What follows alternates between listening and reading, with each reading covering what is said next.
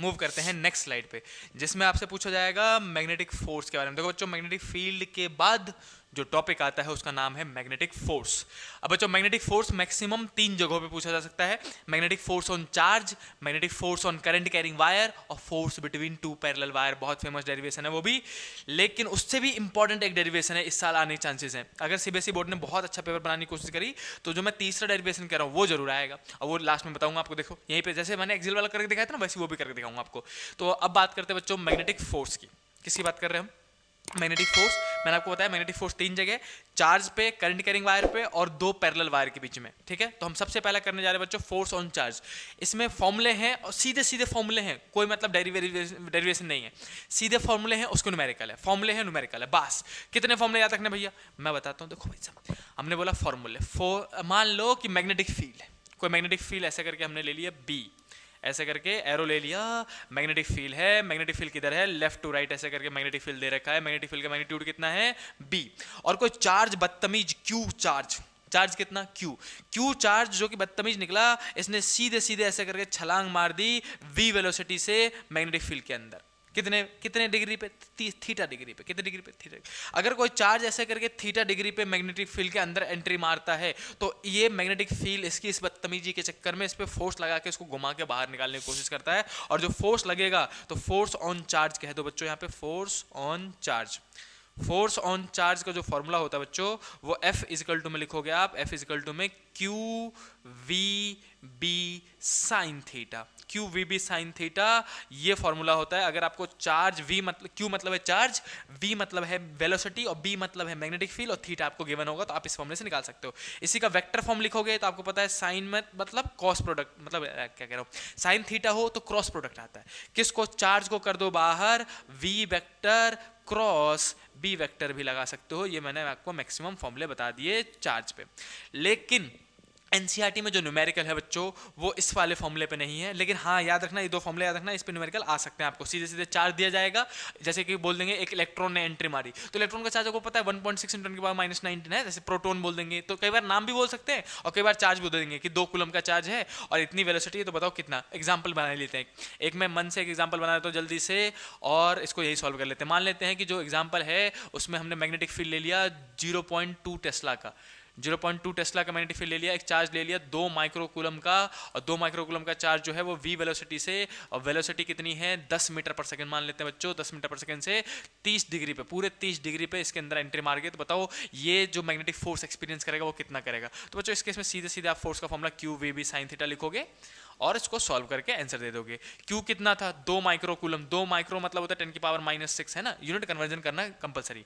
Velocity कितना metre पर second में दे रखा है ऑलरेडी 10, और मैग्नेटिक फील्ड कितना टेस्ला में, टेस्ला में होना चाहिए बच्चों कितना है 2.0, तो सिर्फ 2 लिखूंगा। तो यहाँ पे मैं मैग्नेटिक फोर्स को सॉल्व करूँ तो ये हो जाएगा 2 × 4 इंटू में 10 40 है ना, इंटू में 10⁻⁻6 न्यूटन, ये रहा मेरा फोर्स। ऐसे करके सिंपल सा क्वेश्चन आ सकता है, चार्ज दिया होगा, वेलोसिटी दिया होगा, मैग्नेटिक फील्ड दी होगी और थीटा दिया होगा, आपको सॉल्व करना है। और कई बार नाम दे दे कि इलेक्ट्रॉन ने एंट्री मारी तो खुद ही चार्ज समझ जाना भाई, 1.6 × 10⁻⁻19 कूलम की बात हो रही है।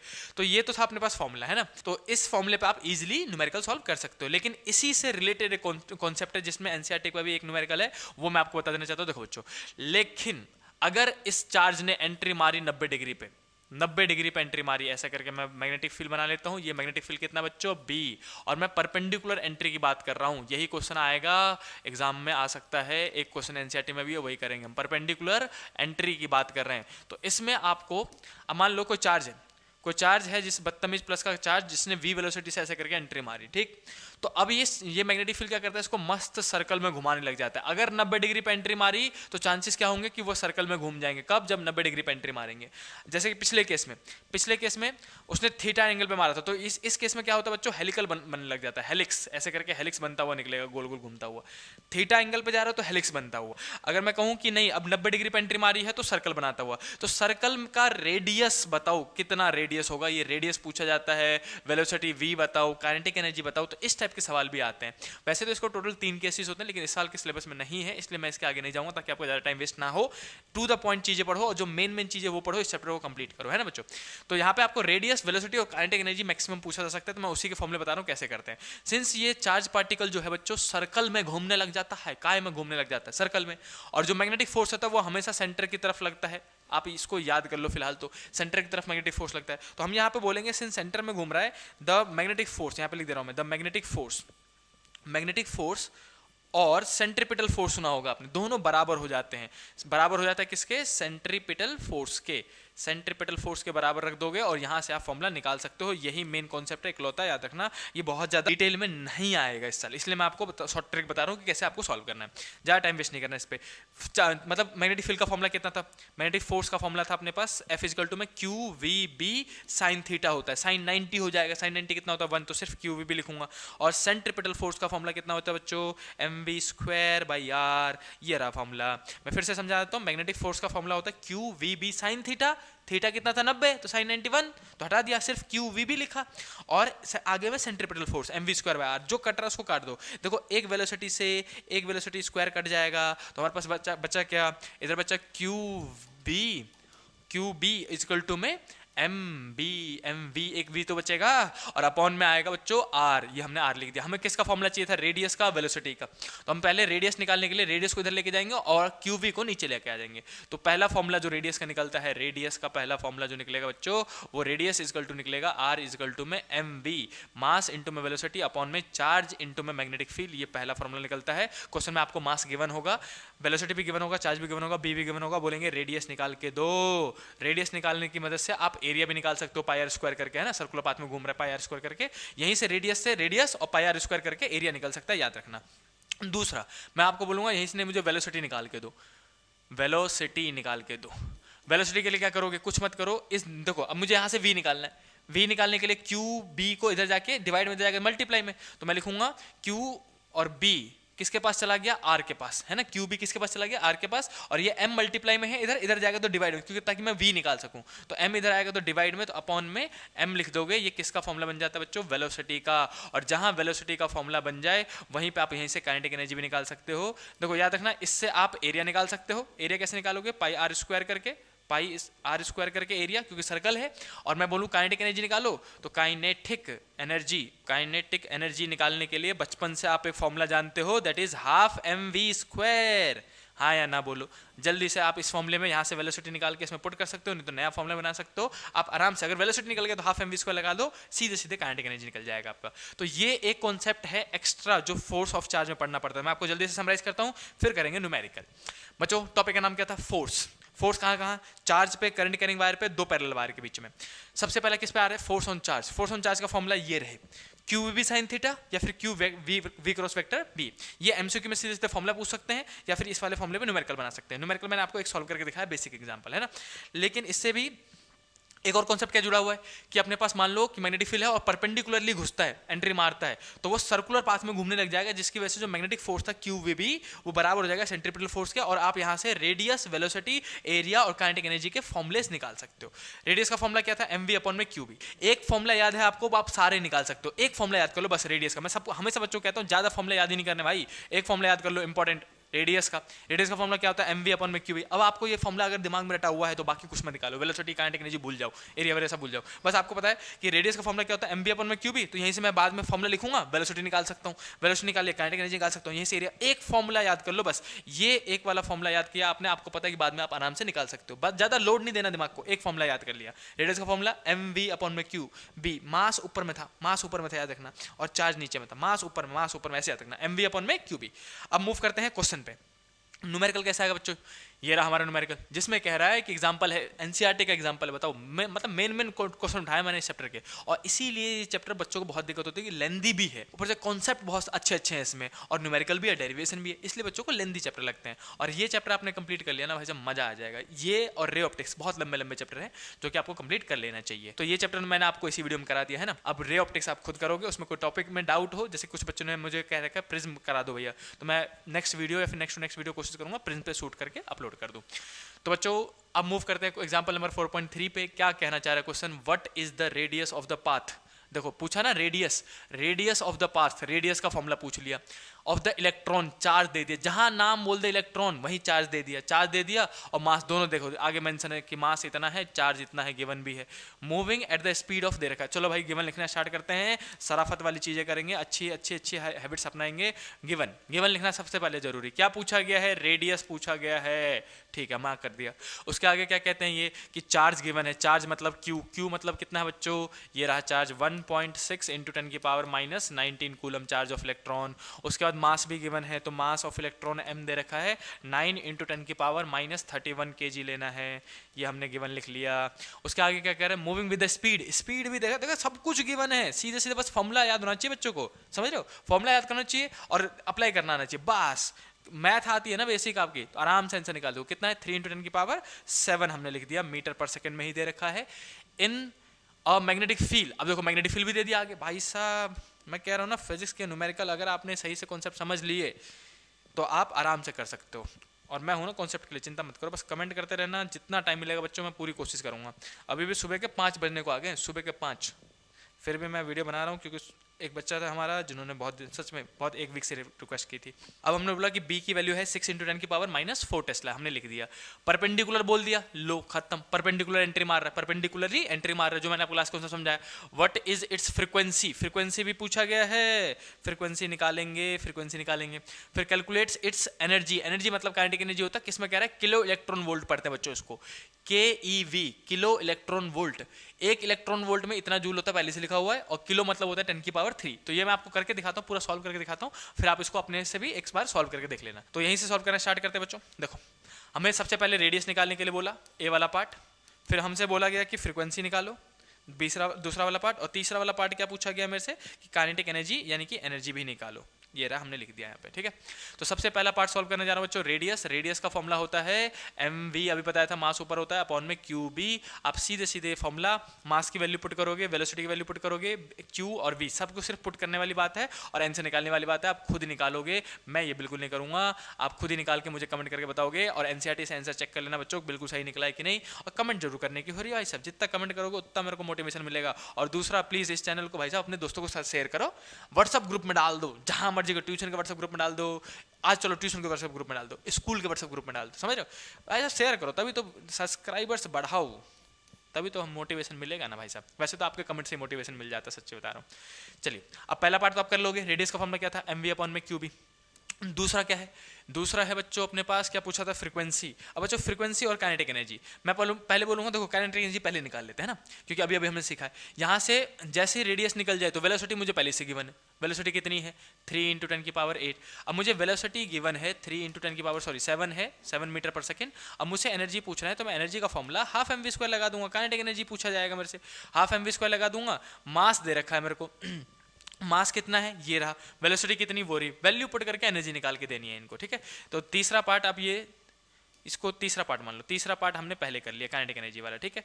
अब हम करने जा रहे हैं बच्चों दूसरा पार्ट, जिसमें हमसे फ्रीक्वेंसी पूछा था। फ्रीक्वेंसी कैसे निकालोगे, आप निकालोगे वेलोसिटी के फॉर्मूले से। देखो अगर कोई सर्कुलर पाथ में इलेक्ट्रॉन है, वो सर्कुलर पाथ में घूमे जा रहा है, तो पूरा एक चक्कर का जो डिस्टेंस कवर करेगा, एक चक्कर लगाने पर जो डिस्टेंस कवर करेगा बच्चों, वो 2πr होगा। कितना होगा, 2πr, और एक चक्कर का टाइम को हम t कहते हैं। तो स्पीड, जो स्पीड v है वो लिखी जाएगी डिस्टेंस अपॉन में टाइम, यानी कि 2πr अपॉन में t। और आपने बचपन में पढ़ा होगा कि 1 अपॉन में t जो होता है बच्चों फ्रीक्वेंसी होता है ना। तो मैं यहीं पे वेलोसिटी को लिख सकता हूँ, वेलोसिटी का वेलोसिटी, 2 का 2, पाई का पाई, r का r, ये सब कुछ सेम लिखा। 1 अपॉन में t है, 1 अपॉन में t को ही मैं फ्रीक्वेंसी लिख सकता हूँ, इनटू में f लिख दिया मैंने। अब आपको देखो यहाँ से f निकालना है, तो f निकालने के लिए मैं इसको थोड़ा सा स्लाइड कर देता हूँ, यहीं पे बता ही देता हूँ। देखो बच्चों अब आपको यहीं पे f निकालना है, तो उसके लिए हम करेंगे कि f निकालने के लिए 2πr किस में है, मल्टीप्लाई में, इधर आएगा तो डिवाइड में, तो हम लिख देंगे भाई फ्रीक्वेंसी जो है वो वेलोसिटी के डिवाइड में 2πr आ जाएगा। क्या मुझे वेलोसिटी गिवन है, हाँ मेरे को वेलोसिटी गिवन है पहले से। क्या मैंने रेडियस निकाल लिया होगा, r चाहिए तो रेडियस निकाल लिया होगा, 2π की वैल्यू पता है, फ्रीक्वेंसी निकाल के आराम से आप दे सकते हो। और सॉल्व करके एनसीईआरटी का चेक करो कि आपने सही आंसर निकाला है कि नहीं। चलिए और कमेंट जरूर करना, ठीक है। अब मूव करते हैं बच्चों नेक्स्ट क्वेश्चन पे, जो कि है अपने पास क्वेश्चन नंबर 16 नहीं आया, बस एक ही क्वेश्चन था बच्चों इस पे। तो मैंने मैंने आपको इसमें क्या समझाया, पहले कॉन्सेप्ट समझाया कि फोर्स कितना लगता है चार्ज पे, ये रहे फॉर्मूले, एक एग्जांपल करके दिखाया। फिर आपने करा है एक ये वाला कॉन्सेप्ट कि अगर वो घुसता है तो रेडियस, वेलोसिटी, काइनेटिक एनर्जी ये पूछ सकते हैं। और फ्रीक्वेंसी का भी मैंने आपको यहाँ बता दिया, फ्रीक्वेंसी कैसे निकालते हैं टाइम पीरियड का फॉर्मूले से। यहाँ से आप टाइम पीरियड भी निकाल सकते हो। अगर वो क्वेश्चन में बोलता है कि मेरे को टाइम पीरियड निकाल के दो, टाइम पीरियड निकालो, एक चक्कर का टाइम पीरियड कितना है, तो यहाँ से टाइम निकाल देते।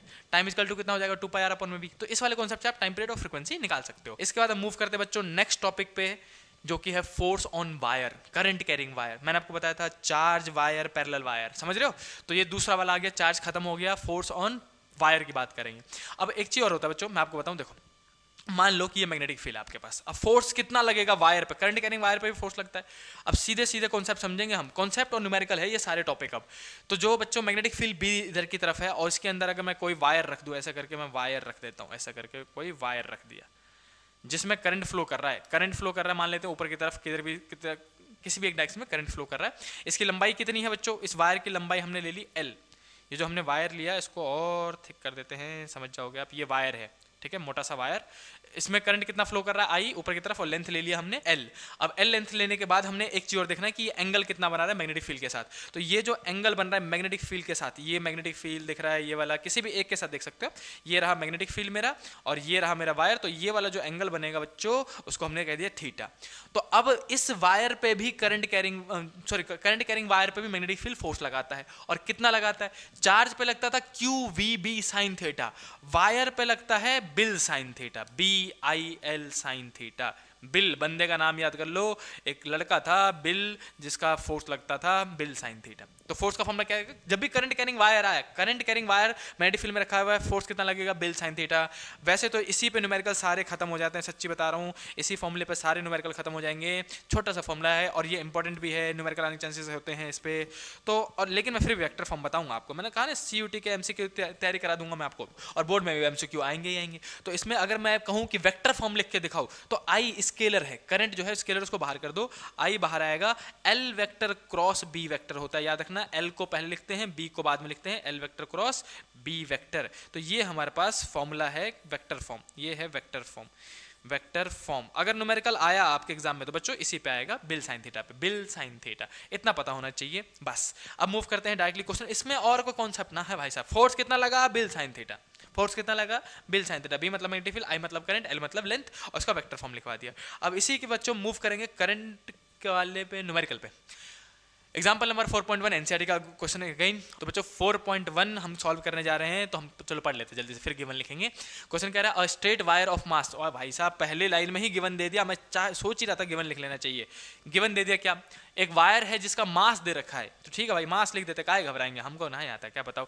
मास 200 ग्राम दे रखा है, ग्राम को केजी में यहीं पे कन्वर्ट कर दो, 200 अपॉन में 1000, 0.2 kg हो जाएगा ये, 0.2 kg, ग्राम से केजी में जाने के लिए 1000 से डिवाइड कर देते हैं।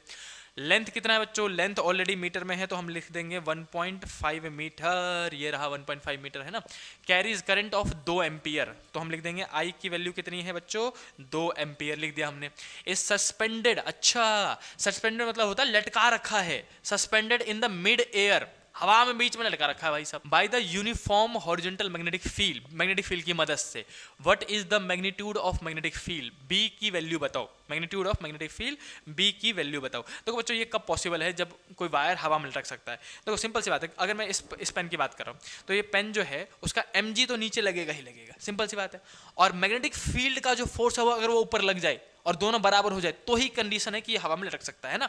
mg ग्रेविटेशनल फोर्स है, यूनिवर्सल फोर्स है, वो नीचे लगेगा ही लगेगा, mg नीचे की तरफ लग गया। और मैग्नेटिक फील्ड की वजह से जो फोर्स लगना चाहिए बिल साइन थीटा, वो किधर की तरफ लगना चाहिए, ऊपर की तरफ, तभी तो अगर दोनों बराबर हुए तो कैंसिल हो जाएगा। तो हम बोलेंगे ये एक ही केस में पॉसिबल है भैया, मैं इसी डायग्राम में कर देता हूँ। mg किधर की तरफ लगे, नीचे की तरफ, और मैग्नेटिक फोर्स जो F इक्वल टू में हमने अभी पढ़ा था bill sine theta, BIL sine theta, वो किधर की तरफ रहे, ऊपर की तरफ, और दोनों फोर्स बराबर हो। तो हम बोलेंगे इस केस में to suspend in air, suspended in air, सही लिखा है, सस्पेंडेड इन एयर, एयर में अगर आप सस्पेंड करना चाहते हो उसको, तो इसका मतलब है कि QVB साइन थीटा जो था मेरा मैग्नेटिक फोर्स, वो बराबर होना चाहिए mg के। अब मुझे यहाँ से B निकालना है, तो बच्चों थीटा हो जाएगा 90 डिग्री, थीटा कैसे हो जाएगा 90 डिग्री, क्योंकि यहाँ पे देखो मैग्नेटिक फील्ड में क्रॉस लगा हुआ है। एक चीज़ ये भी सुन लो, आपने शायद पढ़ा भी होगा बच्चों कि अगर बी में कहीं क्रॉस लगा इसका मतलब होता है कि इनवर्ड है। ये ऐसे करके क्रॉस लगा के गोला बना रखा हो कि मैग्नेटिक फील्ड किधर जा रहा है, अंदर।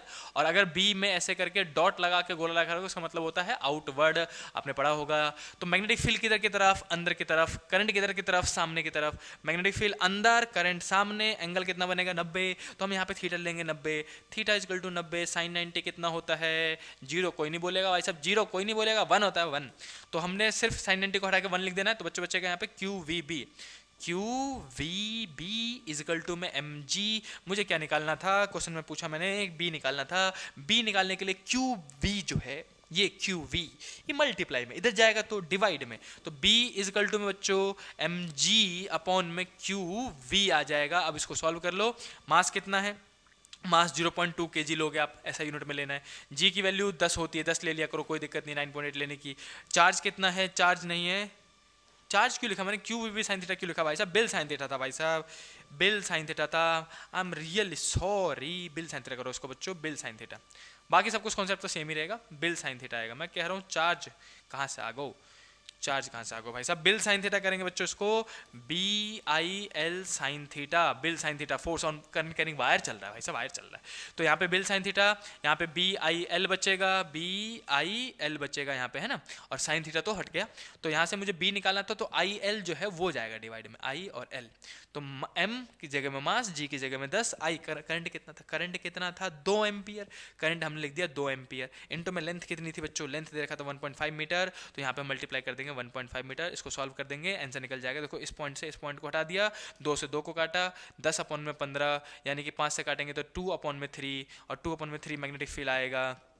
2 अपॉन में 3 टेस्ला लिख सकते हो, या फिर 0.67 टेस्ला आता है, ये सॉल्व करके 2/3 अगर आपने न्यूमेरिकल किया है तो सॉल्व कर लेना बच्चों। इसे इजी सा क्वेश्चन, सीधे सीधे एम जी इक्वल टू में बिल साइन थीटा लिखना था, ठीक है। अब मूव करेंगे बच्चों दूसरे क्वेश्चन पे, अब मूव करेंगे दूसरे क्वेश्चन पे, दूसरा क्वेश्चन करेंगे।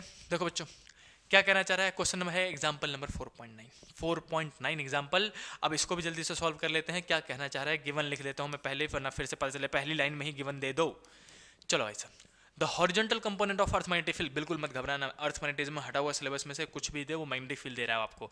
Horizontal component of earth magnetic field is certain at a certain place is इतना, तो हम लिखेंगे बी यानी कि मैग्नेटिक फील्ड। मैग्नेटिक फील्ड कितना है 3 × 10⁻⁵ tesla, and the direction of the field is from geographical south to geographical north. ये होता ही होता है। A very long straight conductor carrying steady current, देखो हमें तो गिवन ढूंढने से मतलब है, करंट कितना है बच्चों 1 एम्पियर।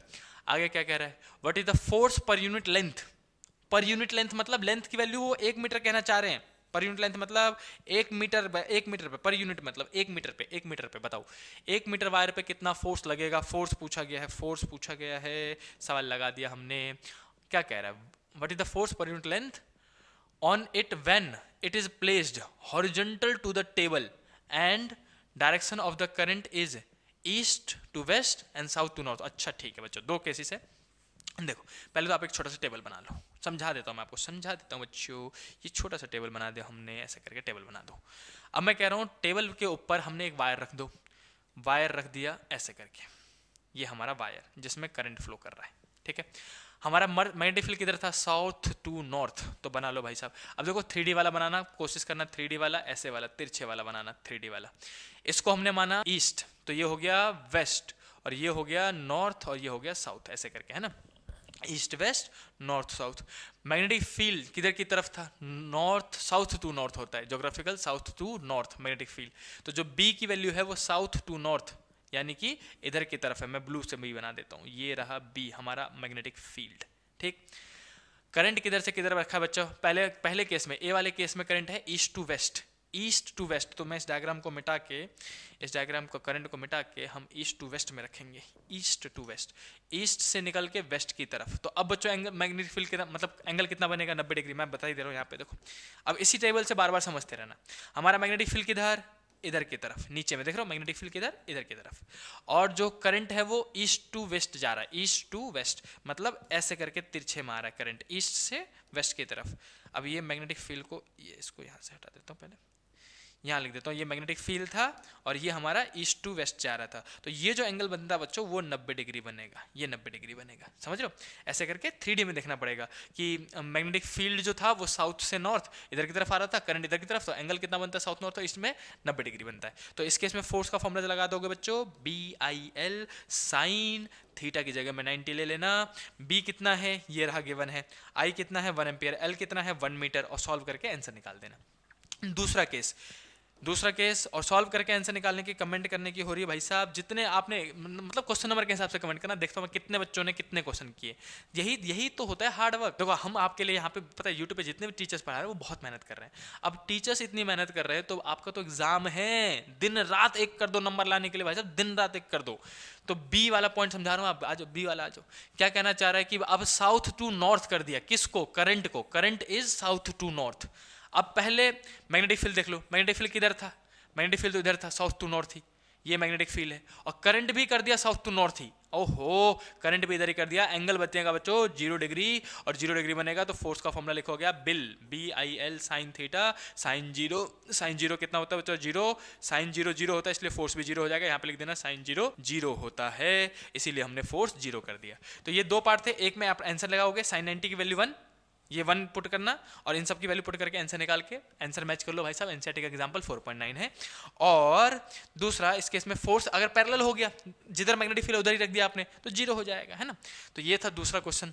अब मूव करते हैं बच्चों नेक्स्ट क्वेश्चन पे। नेक्स्ट क्वेश्चन है, इसको भी मैं आपको जल्दी जल्दी एक्सप्लेन कर देता हूँ। वैसे तो आपने आपसे खुद ही सॉल्व करना स्टार्ट कर दिया होगा, फिर भी मैं बच्चों के लिए भाई साहब आपके लिए मैं बैठा हूँ, चिंता नहीं करने का। तो चलो बच्चों इसको भी पढ़ लेते हैं। What is the magnitude of the magnetic force. फिर से पर यूनिट लेंथ बोल दे, देखो फॉर यूनिट लेंथ जहां सुनाई दे लेंथ ले लेना भाई साहब 1 मीटर। कितना लोगे 1 metre on a wire of current carrying, कितना करंट कैरिंग 8 एम्पियर, ओकेस मेकिंग एंगल दे दिया, ठीक है 30 डिग्री मेंशन कर दिया हमने, with the direction of a uniform magnetic field. Magnetic field कितना दिया भाई, मैग्नेटिक फील्ड दे दिया भाई साहब 0.15 टेस्ला। अब हमको सब कुछ दे दिया, फोर्स पूछा है, बताओ मैग्नेटिक फोर्स पूछा है, ये भी कोई बात हुई। ऐसे नहीं लग रहा भाई साहब कितना मजेदार आ रहा। अब चैप्टर समझ में आ रहा होगा आपको, देख रहे हो एक वीडियो में पूरा चैप्टर कंप्लीट कर दो भाई साहब। F इजिकल टू में कितना आएगा बच्चों, BIL साइन थीटा, और BIL sine theta. F equal to में F की वैल्यू B की वैल्यू पुट कर देना, ये रहा 0.15 मैं पुट कर देता हूँ लेकिन सॉल्व नहीं करूँगा, आप ही करोगे। लेंथ कितना है, करंट कितना है 8, और ये लेंथ कितना है बच्चों 1, और साइन 30 होता है बच्चों 1/2। अब जल्दी से इसको भी सॉल्व करके मेंशन करो कि 4.5 एक्सरसाइज का क्वेश्चन है बच्चों। ये किसका क्वेश्चन है, एक्सरसाइज EXERCISE एक्सरसाइज का क्वेश्चन है, एनसीईआरटी एक्सरसाइज का क्वेश्चन है बच्चों। अब इसको साइन 30 याद रखना, साइन 30 इज 1/2, और यहाँ पे वैल्यू पुट करके आंसर निकाल के बताओ जल्दी से फोर्स कितना आया आपका न्यूटन में, ऐसा यूनिट लिखना कंपलसरी। तो ये था बच्चों फोर्स पे सारे क्वेश्चन जो फोर्स ऑन वायर आ सकते हैं। Force on charge QVB sign theta, force on wire bill sine theta, समझ में आ गया सबको। चलो अब मूव करते हैं बच्चों नेक्स्ट स्लाइड पे। नेक्स्ट स्लाइड क्या है, फोर्स बिटवीन 2 पैरेलल वायर। बच्चों इसका डेरिवेशन भी आता है। अब मैं इसका डेरिवेशन इस साल के लिए मैं बहुत ज़्यादा इंपॉर्टेंट नहीं मान रहा हूँ, फिर भी मैंने इससे पहले भी फोर्स बिटवीन 2 पैरेलल वायर के पुरानी वीडियोस देखोगे या फिर मुझे कमेंट कर देना, मैं आपको उसके नीचे लिंक दे दूंगा अगर इसको किसी को इसका डेरिवेशन चाहिए तो, ठीक है। वैसे इसका डेरिवेशन आ सकता है लेकिन बहुत बार पूछ लिया गया, मैं सच्ची बता रहा हूँ, इतनी बार पूछ लिया गया इसको कि अब ये सैचुरेशन हो गया है, मतलब आने के चांसेस इसके कम हो गए। मतलब अगर आप PYQ सॉल्व कर रहे हो तो ऑलमोस्ट हर दूसरे साल आपने देखा होगा फोर्स बिटवीन 2 पैरेलल वायर पूछा है, और इसलिए मैंने वीडियो बना दिया। ये मत बोलना मैंने पहले force between 2 parallel wire video का बना रखा बच्चों। अगर आपको नहीं आता है देखना है तो मुझे कमेंट करो कि भैया लिंक दे दो, मैं आपको लिंक दे दूंगा, वहीं से जाके देख लेना आप, ठीक है। और अभी मैं आपको बताऊंगा इसके फॉर्मूले और कॉन्सेप्ट ताकि आप इसके न्यूमेरिकल अप्लाई कर सको भाई साहब। देखो तो बच्चों होता क्या है कि इसमें 2 केसेस आते हैं, मैक्सिमम आते हैं 2 केसेस। पहला केस आता है कि 2 वायर दे देंगे, 2 वायर ऐसे करके, 2 पैरेलल वायर, एक के बगल में एक, 2 पैरेलल वायर, एक में करंट फ्लो कर रहा है I1, दूसरे में फ्लो कर रहा है I2, दोनों में करंट फ्लो कर रहा है, दोनों में। और देखो मैंने इसमें सेम डायरेक्शन बनाया, और दूसरा केस होता है अपोजिट डायरेक्शन में, बस यही 2 कंडीशन है भाई। एक में सेम डायरेक्शन में करंट होता है, एक में अपोजिट डायरेक्शन में करंट होता है। तो अगर मैं कहूँ कि सेम डायरेक्शन है ऐसा करके हमने ले लिया I1 और इसमें है अपोजिट डायरेक्शन I2। दोनों वायर के बीच की दूरी को बच्चों d लिखते हैं। क्या लिखते हैं? d। इन दोनों वायर के बीच की दूरी को डिस्टेंस हमने d लिख दिया, ठीक है। अब अगर सेम डायरेक्शन है तो क्या होगा और अपोजिट डायरेक्शन है तो क्या होगा? बच्चों याद रखना है कि अगर वो सेम डायरेक्शन का है केस है, दोनों वायर में सेम डायरेक्शन में करंट फ्लो कर रहा है, सेम डायरेक्शन में है करंट, तो बच्चों याद रखना ये फोर्स अट्रैक्टिव होगा। कैसा फोर्स होगा? अट्रैक्टिव। मतलब एक वायर दूसरे वायर को बोलेगा भाई आजा, दूसरा बोलेगा भाई तू भी आजा। यानी कि I1 वाले ने I2 को अपनी तरफ खींचा, I2 वाले ने I1 को अपनी तरफ खींचा, और जो फोर्स लगता है वो दोनों इक्वल होता है। F12 इक्वल टू में F21 लिखने की जरूरत नहीं है, सीधे सीधे F लिख दो। और अगर अपोजिट एक्शन हुआ, अगर एक में ऊपर की तरफ करंट और एक में नीचे की तरफ करंट, तो बच्चों ये दुश्मनी निभाते हैं। I1 कहता है I2 को दफा हो जा, फोर्स लगा देता है F, और I2 कहता है I1 को तू दफा हो जा, F फोर्स लगाता है। Same equal and opposite force होता है। मैं यहाँ पे फिर भी लिख देता हूँ बच्चों, इक्वल एंड अपोजिट फोर्स लगाते हैं। कैसा फोर्स लगाते हैं? इक्वल एंड अपोजिट फोर्स लगाते हैं ये हमेशा। तो बस याद कर रखना है, सेम डायरेक्शन में तो अट्रैक्टिव, और अपोजिट डायरेक्शन हुआ, मैं करंट को ऐसे लिख देता हूँ। यहाँ पे दूसरा point opposite direction, opposite direction हुआ बच्चों तो रिपल्सिव फोर्स लगेगा। बस इतना सा अंतर है, रिपल्सिव। ये कंडीशन याद होनी चाहिए आपको, पहला कॉन्सेप्ट था ये, और उसके बाद इसके फॉर्मूले पता होने चाहिए कि कौन से फॉर्मूले लगते हैं। तो मैं इसी के नीचे स्लाइड करके आपको यहीं पे फॉर्मूले बता देता हूँ। देखो बच्चों, चलो हमें ये समझ में आ गया कि भाई साहब क्या भैया फॉर्मूले भी अलग अलग होंगे? नहीं नहीं, फॉर्मूले चारों कंडीशन में, दोनों कंडीशन में सेम होंगे भाई साहब। सारे कंडीशन में फॉर्मूले सेम है, एक ही फॉर्मूला अप्लाई होता है। पहला होता है फोर्स का फॉर्मूला। फोर्स पूछे आपसे कि बताओ पहले ने दूसरे पे कितना फोर्स लगाया, तो हम फोर्स का फॉर्मूला लिखते हैं बच्चों, F इजिकल टू में म्यू नॉट अपॉन में 4 पाई। ये वही म्यू नॉट अपॉन में 4 पाई है जिसकी वैल्यू 10⁻⁻7 पुट करते हो आप। दो वायर थे तो इसलिए 2 लिखेंगे, I1 I2 अपॉन में डिस्टेंस D इंटू में लेंथ L। ये रहा फोर्स का फॉर्मूला। इसका डेरिवेशन मैं करवा चुका हूं, और ये आपको इस अभी के लिए हम फॉर्मूला याद कराएंगे, न्यूमेरिकल सॉल्व कराएंगे बच्चों। तो फोर्स जो एक वायर दूसरे वायर पे लगाता है उसका फॉर्मूला क्या होता है? म्यू नॉट अपॉन में 4 पाई, जो कि 10⁻⁷ है। अब याद करने का तरीका है, ये 2 आता है फॉर्मूले में, तो याद करने का तरीका है, दो वायर थे इसलिए 2 I1 I2 इंटू में लेंथ। लेंथ मतलब सामने वाले वायर की कितनी लंबाई है, कितने लंबाई पे कितनी लंबाई है, पूरा लेंथ। में पूरा लेंथ ले लेता हूँ। बच्चे कहते हैं आधा लेंथ क्यों लिया भैया, पूरा लेंथ नहीं लोगे? अरे भाई साहब पूरा लेंथ लेंगे, काहे नहीं लेंगे? सामने वाले वायर जिस पे फोर्स लग रहा है उसकी लेंथ कितनी है, जिस पे फोर्स लग रहा है उसकी लेंथ कितनी है, और अपॉन में डी। डी मतलब होता है दोनों वायर के बीच की दूरी कितनी है। तो ये हो गया फोर्स का फॉर्मूला। कई बार क्वेश्चन में पूछ लेते हैं ना, फोर्स मत पूछो, फोर्स पर यूनिट लेंथ बताओ। बस ये पकड़ना होता है पूछा क्या है, फोर्स पर यूनिट लेंथ। कई बार वो ऐसा बोल देंगे, फोर्स पर यूनिट लेंथ। तो फोर्स पर यूनिट लेंथ को बच्चों स्मॉल एफ से डिनोट करते हैं। किससे डिनोट करते हैं? Small F. और स्मॉल एफ का मतलब मैं सीधे सीधे छोटा सा बताऊं तो एफ को लेंथ से, जो मेन फोर्स था एफ, उसको लेंथ से डिवाइड कर दो। फोर्स अपॉन में लेंथ को ही स्मॉल एफ, फोर्स पर यूनिट लेंथ कहते हैं। इसका मतलब सीधे बताऊं तो इसमें से एल गायब कर दो। एल लगा है तो फोर्स है, और एल हटा हुआ है तो फोर्स पर यूनिट लेंथ है। म्यू नॉट अपॉन में 4 पाई 2 I1 I2 अपॉन में D। ये रहा फोर्स पर यूनिट लेंथ का फॉर्मूला। L लगा है तो फोर्स का फॉर्मूला, L नहीं लगा है तो बाकी सब कुछ फोर्स पर यूनिट लेंथ का फॉर्मूला। ये दो फॉर्मूले पता होना चाहिए। इन्हीं दो पे बच्चों न्यूमेरिकल आएंगे, न्यूमेरिकल आएंगे इन्हीं दो पे बस। इसका डेरिवेशन आने के चांसेस कम है, लेकिन फिर भी एक बार देख लेना बच्चों, देख के जाना, क्योंकि 90+ सिक्योरिटी के लिए आपको भाई साहब पढ़ के जाना पड़ेगा। और हर रोज रिवाइज जरूर करता ना, रिवीजन इज कंपलसरी। मान लो कि आपको 100% सिलेबस होए ना होए, आप 100% सिलेबस पूरा करके जाओ ना जाओ, आपको रिवीजन करके जाना है उतने पार्ट का जितना आपने किया है। अगर मैं 100% सिलेबस कवर करने की सोच रहा हूँ एग्जाम में बैठने की, और मेरे को रिवाइज कुछ नहीं है भाई साहब, तो उसमें लिख भी पाऊंगा 60-70% ही मैक्सिमम। और अगर मैंने सिर्फ 80% सिलेबस किया है, 80%, लेकिन 80 के 80% मेरे को अच्छे से याद है, तो वो 80% तो सही होंगे, बाकी 20% में भी दिमाग लग पाएगा, पता है। तो रिवीजन करना बहुत जरूरी है, याद रखना, revision is compulsory, most important मान लो रिवीजन को, समझ रहे हो। तो रिवीजन करते रहना कि आज क्या पढ़ा, कल क्या पढ़ा था हमने, परसों क्या पढ़ा था। जैसे मैंने आज, इसको हम पाइल अप करना कहते हैं बच्चों को। पाइल अप मतलब क्या होता है कि आज जो पढ़ा वो भारी है, अगले दिन पढ़ने बैठूंगा तो कल क्या पढ़ा था ये भी रिवाइज कर लूंगा। तीसरे दिन पढ़ने बैठा तो पहले और दूसरे दिन क्या पढ़ा इसको भी रिवाइज कर लूंगा। फिर चौथे दिन तो पहला दूसरा तीसरा रिवाइज करूंगा। पहले भाई साहब जो पढ़ लिया हो वो तो याद होना चाहिए ना पहले, उसमें तो गलती ना हो। पहले हम आगे पढ़ते जा रहे पीछे भूलते जा रहे, आगे पढ़ते जा रहे पीछे भूलते जा रहे, एग्जाम वाले दिन कुछ याद ही नहीं, मतलब मस्त टेंशन आ जाएगा एग्जाम वाले दिन अगर ऐसे करोगे। तो रिविजन करना बहुत कंपलसरी भाई साहब। देखो अब हमने बोला कि चलो भाई साहब न्यूमेरिकल कर लेते हैं। फोर्स का फॉर्मूला पता चल गया, हमें ये भी पता चल गया कि सेम डायरेक्शन होता है अट्रैक्टिव, अपोजिट डायरेक्शन होता है रिपल्सिव। बस ये कॉन्सेप्ट पता होना चाहिए कि सेम और अपोजिट का कॉन्सेप्ट क्या था कि सेम डायरेक्शन तो अट्रैक्टिव, अपोजिट डायरेक्शन तो रिपल्सिव, और फोर्स का फॉर्मूला पता होना चाहिए। दो चीजें अब हम न्यूमेरिकल बनाने के लिए भाई साहब पूरी तरीके से तैयार हैं। अब ये रहा क्वेश्चन, एनसीईआरटी का क्वेश्चन है, फिर से एक्सरसाइज का है। ये क्वेश्चन में सबसे पहले मैं गिवन लिख देता हूँ बच्चों, गिवन पढ़ो, क्वेश्चन पढ़ो और गिवन लिखते हैं।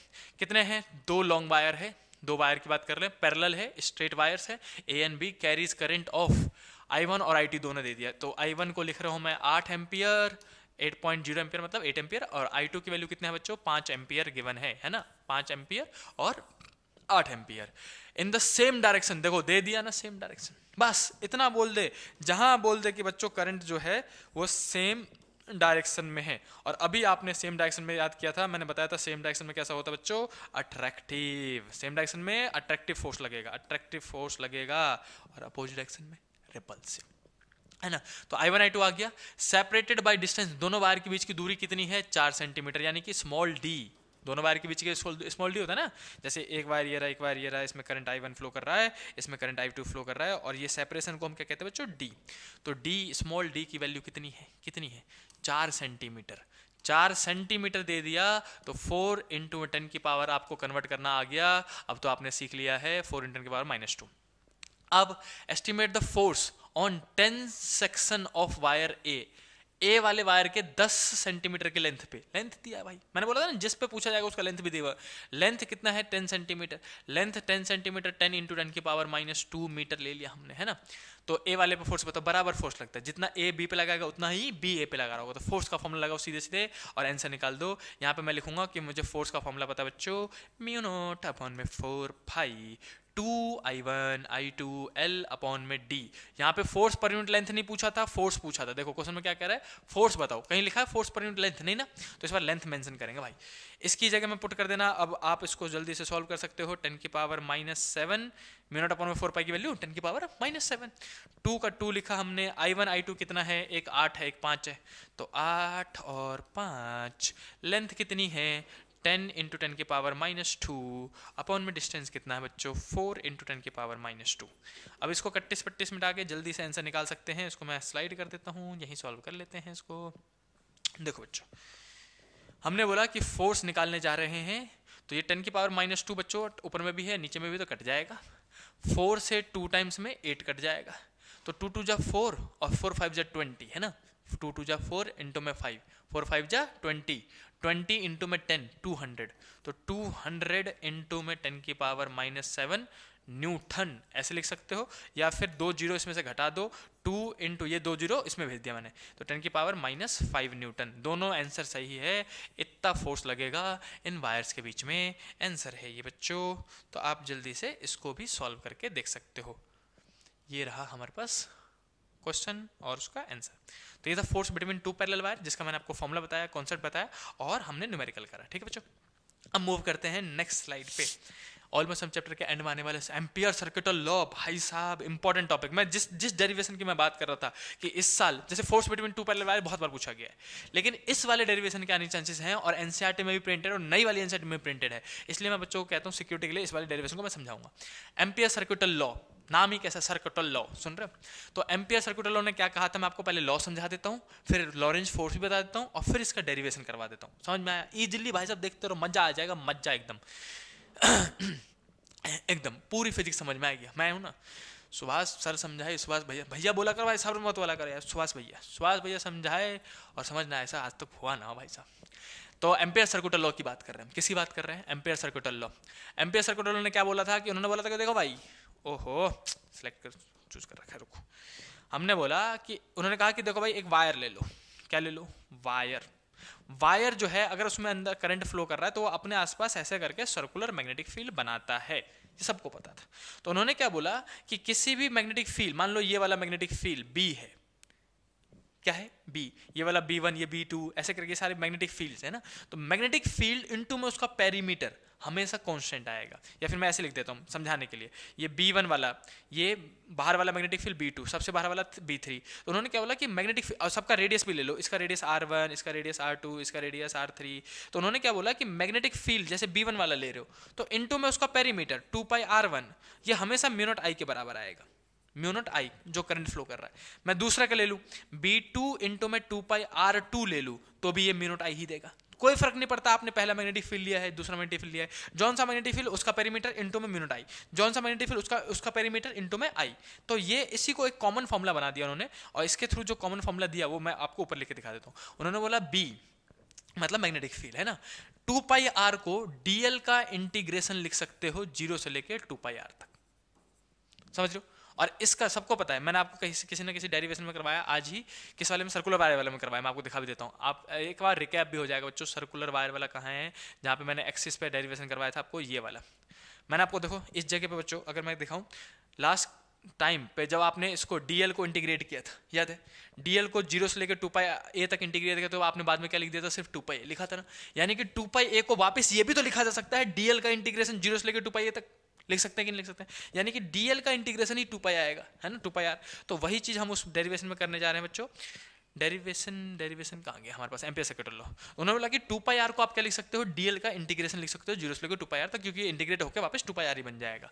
इजकल टू में म्यू नॉट आई आएगा, इजकल टू में mu naught I, equal to में म्यू नॉट आई। ये एक कॉमन फॉर्मूला बना दिया, म्यू नॉट आई, ये एक कॉमन फॉर्मूला। इसको कई बार स्टेटमेंट पूछ लिया जाए तो आप इसको कैसे पढ़ोगे, इसको पढ़ते हैं बच्चों लाइन इंटीग्रल। डीएल का इंटीग्रेशन को क्या पढ़ते हैं, लाइन इंटीग्रल। लाइन इंटीग्रल किसका, line integral of magnetic field, magnetic field का, बगल में बी भी तो है, of magnetic field, magnetic field. Line integral of magnetic field is always equals to, is always equals to, मैं डायरेक्टली लिख देता हूँ, ऑलवेज लिखना आप, तो इट ऐसे लिखोगे, it state that line integral of magnetic field is equal to किसके बराबर, mu naught times of I. Mu naught times of I कहते हैं, क्या कहते हैं इसको, म्यू नॉट, ऐसे लिखना है, म्यू नॉट टाइम्स ऑफ आई। तो ये इसका हो गया डेफिनेशन। अब इसके बिहाफ पे, एम्पियर सर्किट लॉ के बिहाफ पे एक बहुत इंपॉर्टेंट डेरिवेशन एनसीईआरटी में प्रिंटेड, वो मैं आपको बता देता हूँ। क्वेश्चन क्या है, ये हमने एक्स्ट्रा पेज ले लिया, हम जाएंगे नेक्स्ट पे। ये वाला क्वेश्चन एनसीईआरटी का एग्जांपल्स 4.7, ये सिर्फ और सिर्फ एम्पियर सर्किट लॉ पे बेस्ड है। जो अभी हमने एम्पियर सर्किट लॉ किया, ये वाला कि बीडीएल का इंटीग्रेशन कितना होता है, म्यू नॉट आई, इसी पे आधारित, इस कॉन्सेप्ट पे आधारित है ये पूरा टॉपिक। और ये टॉपिक 3 नंबर में आ सकता है, इसलिए मैं डेरिवेशन आपको करवाऊंगा। और आगे ये नीट और जे में भी काम आते हैं, वहाँ पे इसके एमसीक्यू सॉल्व होते हैं, ग्राफ सॉल्व होते हैं। तो चलो मैं आपको बताता हूँ एग्जाम्पल 4.7, जिसमें बोला क्या गया बच्चों, मैं आपको सीधे सीधे समझा भी देता हूँ। उन्होंने बोला कि एक मोटा सा वायर मान लो, मोटा सा थिक वायर मान लो, थिक सा वायर मान लो, ऐसा करके एक मोटा सा वायर मान लिया हमने, ठीक है। इस पूरे वायर में करंट फ्लो कर रहा है आई। कितना करंट फ्लो कर रहा है, स्टडी करंट है, कांस्टेंट करंट कहते हैं, स्टडी मतलब कांस्टेंट होता है, स्टडी मतलब फिक्स करंट फ्लो कर रहा है आई। पूरे वायर में से करंट फ्लो कर रहा है, इतना मोटे से वायर में से करंट ऐसे करके निकल के जा रहा है ना। अब हमने बोला कि इस मोटे से करंट में आई फ्लो कर रहा है, इज द यूनिफॉर्मली डिस्ट्रीब्यूटेड, पूरे एरिया में करंट जो है बराबर से फैला हुआ है। तो आपसे पूछा क्या कह रहा है, calculate the magnetic field in the region R is less than A and R is greater than A, जहां पे A मतलब क्या है बच्चों, A मतलब है इसका रेडियस, A मतलब है इसका रेडियस, बीचों बीच वाली लाइन होगी ना, इस लाइन से हम देखेंगे कि इसका रेडियस कितना है, तो ये A रेडियस है। अब अगर मैंने एक बार पॉइंट अंदर में ले लिया, यहाँ पे मैं अंदर में, वायर के अंदर A वाले पॉइंट पे मैं कह रहा हूँ मैग्नेटिक फील्ड निकाल के दो, इस जगह पे मैग्नेटिक फील्ड कितना होगा। और एक बार कह रहे हैं ये लेस देन है, जब जो R है वो लेस देन A है, A से छोटा है, इसको हम R कहेंगे, ये हमारा R, ठीक है। सेंटर से, एक्सिस से कितनी दूरी पे, R दूरी पे, लेकिन R जो है वो A से छोटा है, अंदर में, इनसाइड द वायर की बात हो रही है।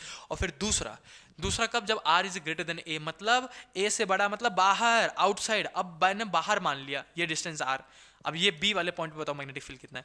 तो दोनों केस में बच्चों कैलकुलेट द मैग्नेटिक फील्ड बोला गया है, मैग्नेटिक फील्ड, और ये डेरिवेशन है, क्वेश्चन नहीं है भाई साहब, मैं सीधे से बता रहा हूँ, डेरिवेशन है ये।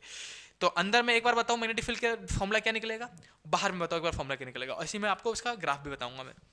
तो करना कैसे, बहुत आसान, मैं हूं ना, मैं बताता हूँ। सबसे पहले क्या करोगे आप बच्चों, तो आप एक एम्पीरियन लूप बनाओगे, घबराना मत ऐसे वर्ड सुन के।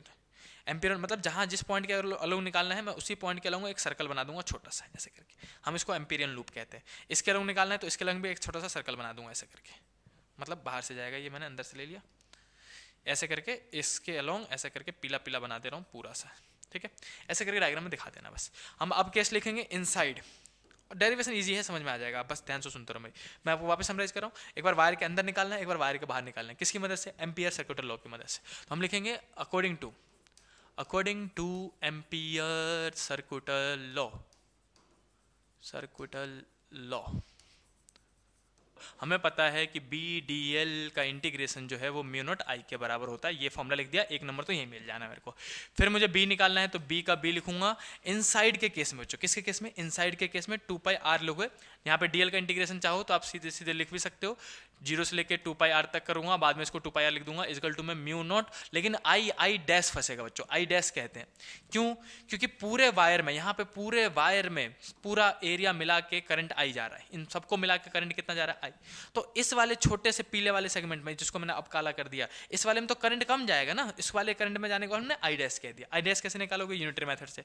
आप बोलोगे यूनिटरी मेथड लगा रहा हूं मैं, यूनिटरी मेथड मतलब ये वही वाला मेथड है यार कि 5 चॉकलेट 10 रुपए का, तो एक चॉकलेट कितने का डिवाइड करते थे, 5 चॉकलेट 10 रुपए का, तो एक चॉकलेट कितने का, 10 अपन में 5, 2 रुपए का, है ना, यूनिटरी मेथड। तो हम क्या बोलेंगे, इसका पूरा एरिया कितना बताओ, जो पूरा एरिया है लूप ये, इसका एरिया कितना होगा, तो ये रेडियस तो ए था, तो पाई ए स्क्वायर।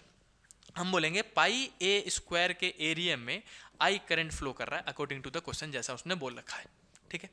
तो 1 मीटर स्क्वायर के एरिया में कितना आएगा, जब भी पूछा जाए 1 मीटर स्क्वायर, तो आप इस चीज को डिवाइड में भेज दोगे, आप बोलोगे आई अपॉन में पाई ए स्क्वायर करंट आएगा भैया 1 मीटर स्क्वायर में, 1 मीटर स्क्वायर में।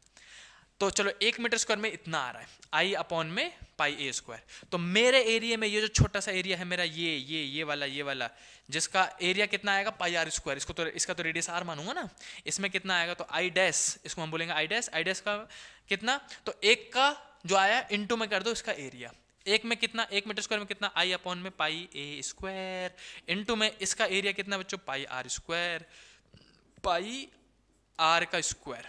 अब पाई से पाई कटेगा, मैं यहीं पे मूव करके इसको डिराइव करता हूं। अब हम लिखेंगे कि यहाँ पे भाई हमारा पाई से पाई कट गया, आई डैश मतलब जो इसके अंदर से करंट जा रहा है उसको लिखूंगा मैं आई, और यहाँ पे आर स्क्वायर बचा बच्चों, और नीचे में ए स्क्वायर बचा। तो इस वाले करंट को आपको पुट करना है इस वाले इक्वेशन में यहाँ जाके, तो फिर हम यहाँ नीचे लिख देंगे। अब इक्वेशन 1 2 आप खुद लिख लेना बच्चों, बी डीएल का इंटीग्रेशन कितना आएगा बच्चों, सबको पता है 2 पाई आर आ जाएगा, है ना, यहाँ पे ब्रैकेट में 2 पाई आर आ जाता है, आप सीधे सीधे लिख सकते हो, कोई एक्सप्लेनेशन देने की जरूरत है नहीं उसकी। फिर बाद में इक्वल टू में कौन बचेगा, म्यू नॉट आई डैश की जगह में आप क्या पुट करोगे, ये पूरा आई आर स्क्वायर अपॉन में ए स्क्वायर, और इसी को स्लाइड करके हम नीचे सॉल्व करते चले जाएंगे। हमने बोला कि इसके बाद हमें लिखना है, बी निकालना था, मैग्नेटिक फील्ड निकालना था ना, अंदर में इनसाइड में मैग्नेटिक फील्ड कितना आएगा, तो वो हम लिखेंगे, देखो ये 2 पाई आर मल्टीप्लाई उधर जाएगा तो डिवाइड में, mu naught I R square upon में ए स्क्वायर, तो पहले से ही था, और ये 2 पाई आर और आ जाएगा यहाँ पे मल्टीप्लाई में, एक आर से स्क्वायर कट जाएगा, तो जो बचा खुचा है वो हमारा मैग्नेटिक फील्ड हो जाएगा। मैग्नेटिक फील्ड इक्वल टू में mu naught I R upon में 2 पाई, और देखो आर तो कट गया, बचा क्या, ए स्क्वायर। तो ये हमारा मैग्नेटिक फील्ड का फॉर्मूला निकलता है बच्चों इनसाइड द वायर। अगर बोला जाए कि वायर के अंदर एक सॉलिड सा वायर है, मोटा सा वायर है, तो उसके अंदर मैग्नेटिक फील्ड कितना होगा आर डिस्टेंस पे, तो उसका फॉर्मूला आता है mu naught I R upon में 2 पाई ए का स्क्वायर। कैसे किया, आसान सा था भाई साहब, बिल्कुल आसान, एम्पिरियन लूप लगा के किया। हमने क्या किया, हमने कहा कि अंदर में रेडियस ए मान लिया, सीधे सीधे एम्पियर सर्कुलर लॉ लगाया, B D L equal to mu naught I लिखा, लेकिन आई नहीं जाएगा, आई डैश जाएगा क्योंकि छोटा सा एरिया है इस बार। तो हमने यूनिटरी मेथड की मदद से आई डैश निकाला, वैल्यू पुट किया, और बी का जो है फॉर्मूला निकल के आ जाता है। तो बच्चों इस फॉर्मूले में ध्यान देने वाली बात क्या है कि जो बी है मैग्नेटिक फील्ड, देखो म्यू नॉट तो कांस्टेंट है, आई भी कांस्टेंट है, जो करंट आ गया 2 पाई, और ए मतलब तो रेडियस ऑफ वायर है, वो तो कांस्टेंट ही रहेगा। चेंज कौन होगा, पॉइंट आर। कैसे चेंज होगा, तो मैं कह सकता हूँ ना, जैसे करके यहाँ पे अगर मान लो हमने पॉइंट ले लिया, हमने वायर लिया, वही वायर में मोटा सा दिखा रहा हूँ, ऐसे करके मान लो यहाँ से वायर आ रहा है, अब ये सेंटर वाली लाइन है, तो हो सकता है मैं आर को यहाँ पे मान लूँ, इतनी दूरी पे मैं निकाल लूँ, हो सकता है मैं इतनी दूरी पे निकाल लूँ, है ना, यही आर तो वेरिएबल है, स्मॉल आर ही तो वेरिएबल है। अब मैं देख रहा हूँ कि बाकी सब कुछ कांस्टेंट है, बी जो है वो डायरेक्टली प्रोपोर्शनल है आर के, बी डायरेक्टली प्रोपोर्शनल, ऊपर आ रहा है ना, डायरेक्टली प्रोपोर्शनल।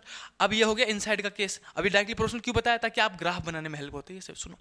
तो हमने कहाँ निकालना था बच्चों, इसमें हमें निकालना था पहले इनसाइड में मैग्नेटिक फील्ड, फिर निकालना था आउटसाइड में।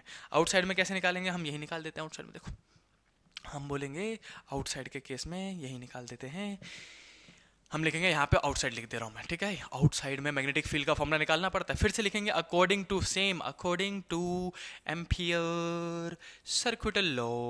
एम्पियर सर्किटल लॉ की मदद से हम वापस उसी डेरिवेशन को करने जा रहे हैं। एम्पियर साहब ने हमें कहा था कि BDL का इंटीग्रेशन कर दो 0 से लेके 2 पाई r तक, उसको भी r ही मान रहे हैं। इस गल्टू में कितना आएगा बच्चों, म्यू नॉट I आना चाहिए। अब इस बार देखो सिंपल सी बात है, b का b, dl का इंटीग्रेशन तो ऊपर 0 से लेके 2 पाई r तक हो रहा है, तो सीधे सीधे 2 पाई r आ जाएगा, है ना। और इस गल्टू में म्यू नॉट का म्यू नॉट, अब I की जगह इसमें हमने I डैश लिया था, इसमें हमने I डैश लिया था। क्यों? क्योंकि इसका एरिया जो था वो छोटा था। भाई साहब एक बात तो ये पूरा करंट इस वाले एरिया में से जा रहा था, तो इसमें तो कम जाएगा। लेकिन जब बाहर की बात कर रहे हैं, बाहर वाला पॉइंट हमने कंसीडर किया, ये वाला पॉइंट कंसीडर किया हमने, ये वाला सर्कल कंसीडर किया है, तो इस सर्कल ने तो पूरा वायर घेर लिया ना। तो इस सर्कल के थ्रू कितना करंट जा रहा है, पूरा करंट जा रहा है। तो इसके लिए कोई आई डैश नहीं लेते, सीधे सीधे आई उठा लेते हैं। हम बोलेंगे यहाँ पे इस वाले के थ्रू जब आउटसाइड की बात कर रहे हैं तो करंट कंप्लीट फ्लो करेगा, कंप्लीट करंट उसके अंदर से जा रहा है, तो आई का आई ही लिखा जाएगा, आई का बच्चों आई ही लिखा जाएगा। आई का आई लिख दिया हमने, ठीक है। अब मुझे बी निकालना था, मैग्नेटिक फील्ड, तो ये 2 पाई r किस में मल्टीप्लाई इधर जाएगा, तो डिवाइड में भेज दो भाई साहब, म्यू नॉट I अपॉन में 2 पाई r। ये रहा मैग्नेटिक फील्ड का formula outside the wire, outside the wire, wire के बाहर। ये था बच्चों मैग्नेटिक फील्ड का formula outside the wire. Clear हो गया। तो अब दो फॉर्मूले हैं, इनसाइड का और आउटसाइड का। इनसाइड में देखो b जो है वो डायरेक्टली प्रोपोर्शनल टू r आ रहा है, इसमें देखो r कहाँ आ रहा है, नीचे में, मतलब b is inversely proportional to r, ऐसे करके हम लिख देंगे। और इंपॉर्टेंट डेरिवेशन में से एक है ये। फिर से इसके नीचे अब ये क्यों बताया, ताकि हम ग्राफ बना सके बच्चों। इसका ग्राफ MCQ में आने के चांसेस होते हैं। MCQ में ग्राफ किसका बनता है बच्चों, b वर्सेस r का बनता है। मैग्नेटिक फील्ड, b मतलब है मैग्नेटिक फील्ड वर्सेस डिस्टेंस का। अब इसका ग्राफ कैसे बनाओगे, बीच में मार्क कर दो रेडियस, ये मान लेते हैं हम रेडियस। रेडियस से पहले यानी कि इनसाइड इस लाइन से, जहां पे आपने ए कहीं पे मान सकते हो, आपकी मर्जी है, बीच में हमने कहीं ए माना, ए से पहले ये इनसाइड का केस है, ए के बाद ये आउटसाइड का केस, इधर आउटसाइड इधर इनसाइड। इनसाइड में क्या है बच्चों, ये है हमारा इनसाइड वाला पार्ट। इनसाइड के केस में मुझे पता है कि जो बी है वो डायरेक्टली प्रोपोर्शनल टू आ रहा है, और डायरेक्टली प्रोपोर्शनल ग्राफ कैसे बनता है, स्ट्रेट लाइन। तो हम बनाएंगे 0 से स्टार्ट करेंगे और सीधे सीधे स्ट्रेट लाइन बना देंगे, कब तक, ए तक, ऐसे करके लाइन खींच खींच के देख लेना भाई, ए तक, ठीक है। अब जब मैं ए से ज्यादा जाऊंगा आगे तो आउटसाइड का केस बन जाएगा। आउटसाइड में तो इनवर्सली प्रोपोर्शनल है, B is inversely proportional to R, तो इनवर्सली प्रोपोर्शनल ग्राफ कैसे बनता है, हाइपरबोला। तो इसको नीचे की तरफ ऐसे दिखा दोगे, यहाँ पे इनसाइड में लिख देना B directly proportional to R आया था हमारा, बी हमारा डायरेक्टली प्रोपोर्शनल टू आर आया था यहाँ पे, और आउटसाइड में कितना आया था बच्चों, B inversely proportional to R आया था। तो ये था कंप्लीट डेरिवेशन विद ग्राफ। ये इंपॉर्टेंट मान लो इस साल के लिए 3 नंबर में पॉसिबिलिटीज़ हैं बच्चों इसके आने के, जिसमें एक मोटा सा वायर देंगे आपको, मैं इसको और शॉर्ट करके आपको स्क्रीनशॉट के लिए रेडी कर देता हूँ उसको। देखो बच्चों क्वेश्चन क्या था, सबको समझ में आ गया होगा कि एक मोटा सा वायर था जिसमें पूरे एरिया में करंट आई फ्लो कर रहा था। तो बताओ अंदर में मैग्नेटिक फील्ड कितना होगा और बाहर मैग्नेटिक फील्ड कितना होगा। तो अंदर में निकालने का तरीका, फिर से एम्पियर सर्कुलर लॉ लगाओ, उसमें आई को हटा के आई डैश याद रखना, यूनिटरी मेथड से निकालना पड़ता है, फिर पुट करोगे तो आंसर निकल जाएगा। और इसमें तो सीधे सीधे BDL लगाओ और 2 पाई r को डिवाइड में भेजो, आंसर निकालता है। ग्राफ आ गया अपने पास। तो जल्दी से आप चाहो तो इसका स्क्रीनशॉट ले लो, जल्दी से हर कोई स्क्रीनशॉट ले लो बच्चों। देखो खुद से इसको कॉपी पेन पे लिख के देखो, अभी पॉसिबल हो सके तो वीडियो को अभी रोको और अभी लिख के देख लो, ज़्यादा बेहतर रहेगा। और ये एनसीईआरटी का ही क्वेश्चन था, एनसीईआरटी में सॉल्व कर रखा है, लेकिन बच्चों को उतना समझ में नहीं आता, क्योंकि एनसीईआरटी भाई साहब एक स्टेप लिखती है, 2 स्टेप बीच में गायब कर देती है भाई साहब। तो चलो आई होप कि आपको समझ में आ गया होगा। समझ में आ गया तो चलो बच्चों आगे मूव करते हैं। हमारे 25 पेजेस हैं, कितने पेजेस हैं बच्चों, टोटल 25 पेजेस, मतलब स्लाइड है, पेजेस नहीं, ये मत सोचना 25 पेज का। आपके लिए मुश्किल से 5 पन्नों का नोट बनेगा, ये मुश्किल से 5 पन्नों का, ये तो हम स्लाइड बना के रखते हैं ना बच्चों। तो अब मूव करते हैं बच्चों नेक्स्ट पेज पे, 25 में से 24 पे आगे। 24वां पेज है बच्चों, सेकंड लास्ट टॉपिक कह लो आप उसको। अच्छा मैं एक चीज़ और बताना चाह रहा था बच्चों, इसी वाले में यही मैं बता देता हूँ। एक टॉपिक और मैंने आपको बताया था, अभी बीच में वो मेमोरी कार्ड फुल हो गया इसलिए मैं माइंड से स्किप हो गया था, वो है लॉरेंज फोर्स। बच्चों ये फोर्स का बस फॉर्मूला याद रखना है, Lorentz, LORENTZ, Lorentz force. Lorentz force क्या होता है मैं ये समझा देता हूँ बच्चों, और इसका फॉर्मूला याद रखना, ये भी MCQ के फॉर्मूले। अब जब हम पूरा चैप्टर कर रहे हैं तो मैं आपको सारे इंपॉर्टेंट फॉर्मूले टॉपिक बता रहा हूँ, इसके नोट्स जरूर बना लेना बच्चों, नोट्स बना के 1-2 बार रिवाइज कर लेना। जैसे आज पढ़ा आपने तो कोशिश करना कि मैं परसों उसको वापस रिवाइज कर लूँ या फिर कल ही वापस रिवाइज कर लूँ। जहाँ आपने इस नोट्स को जितना मैंने पढ़ा दिया उसको आपने 3 बार रिवाइज किया, वो हमेशा के लिए याद हो जाएगा, हमेशा के लिए।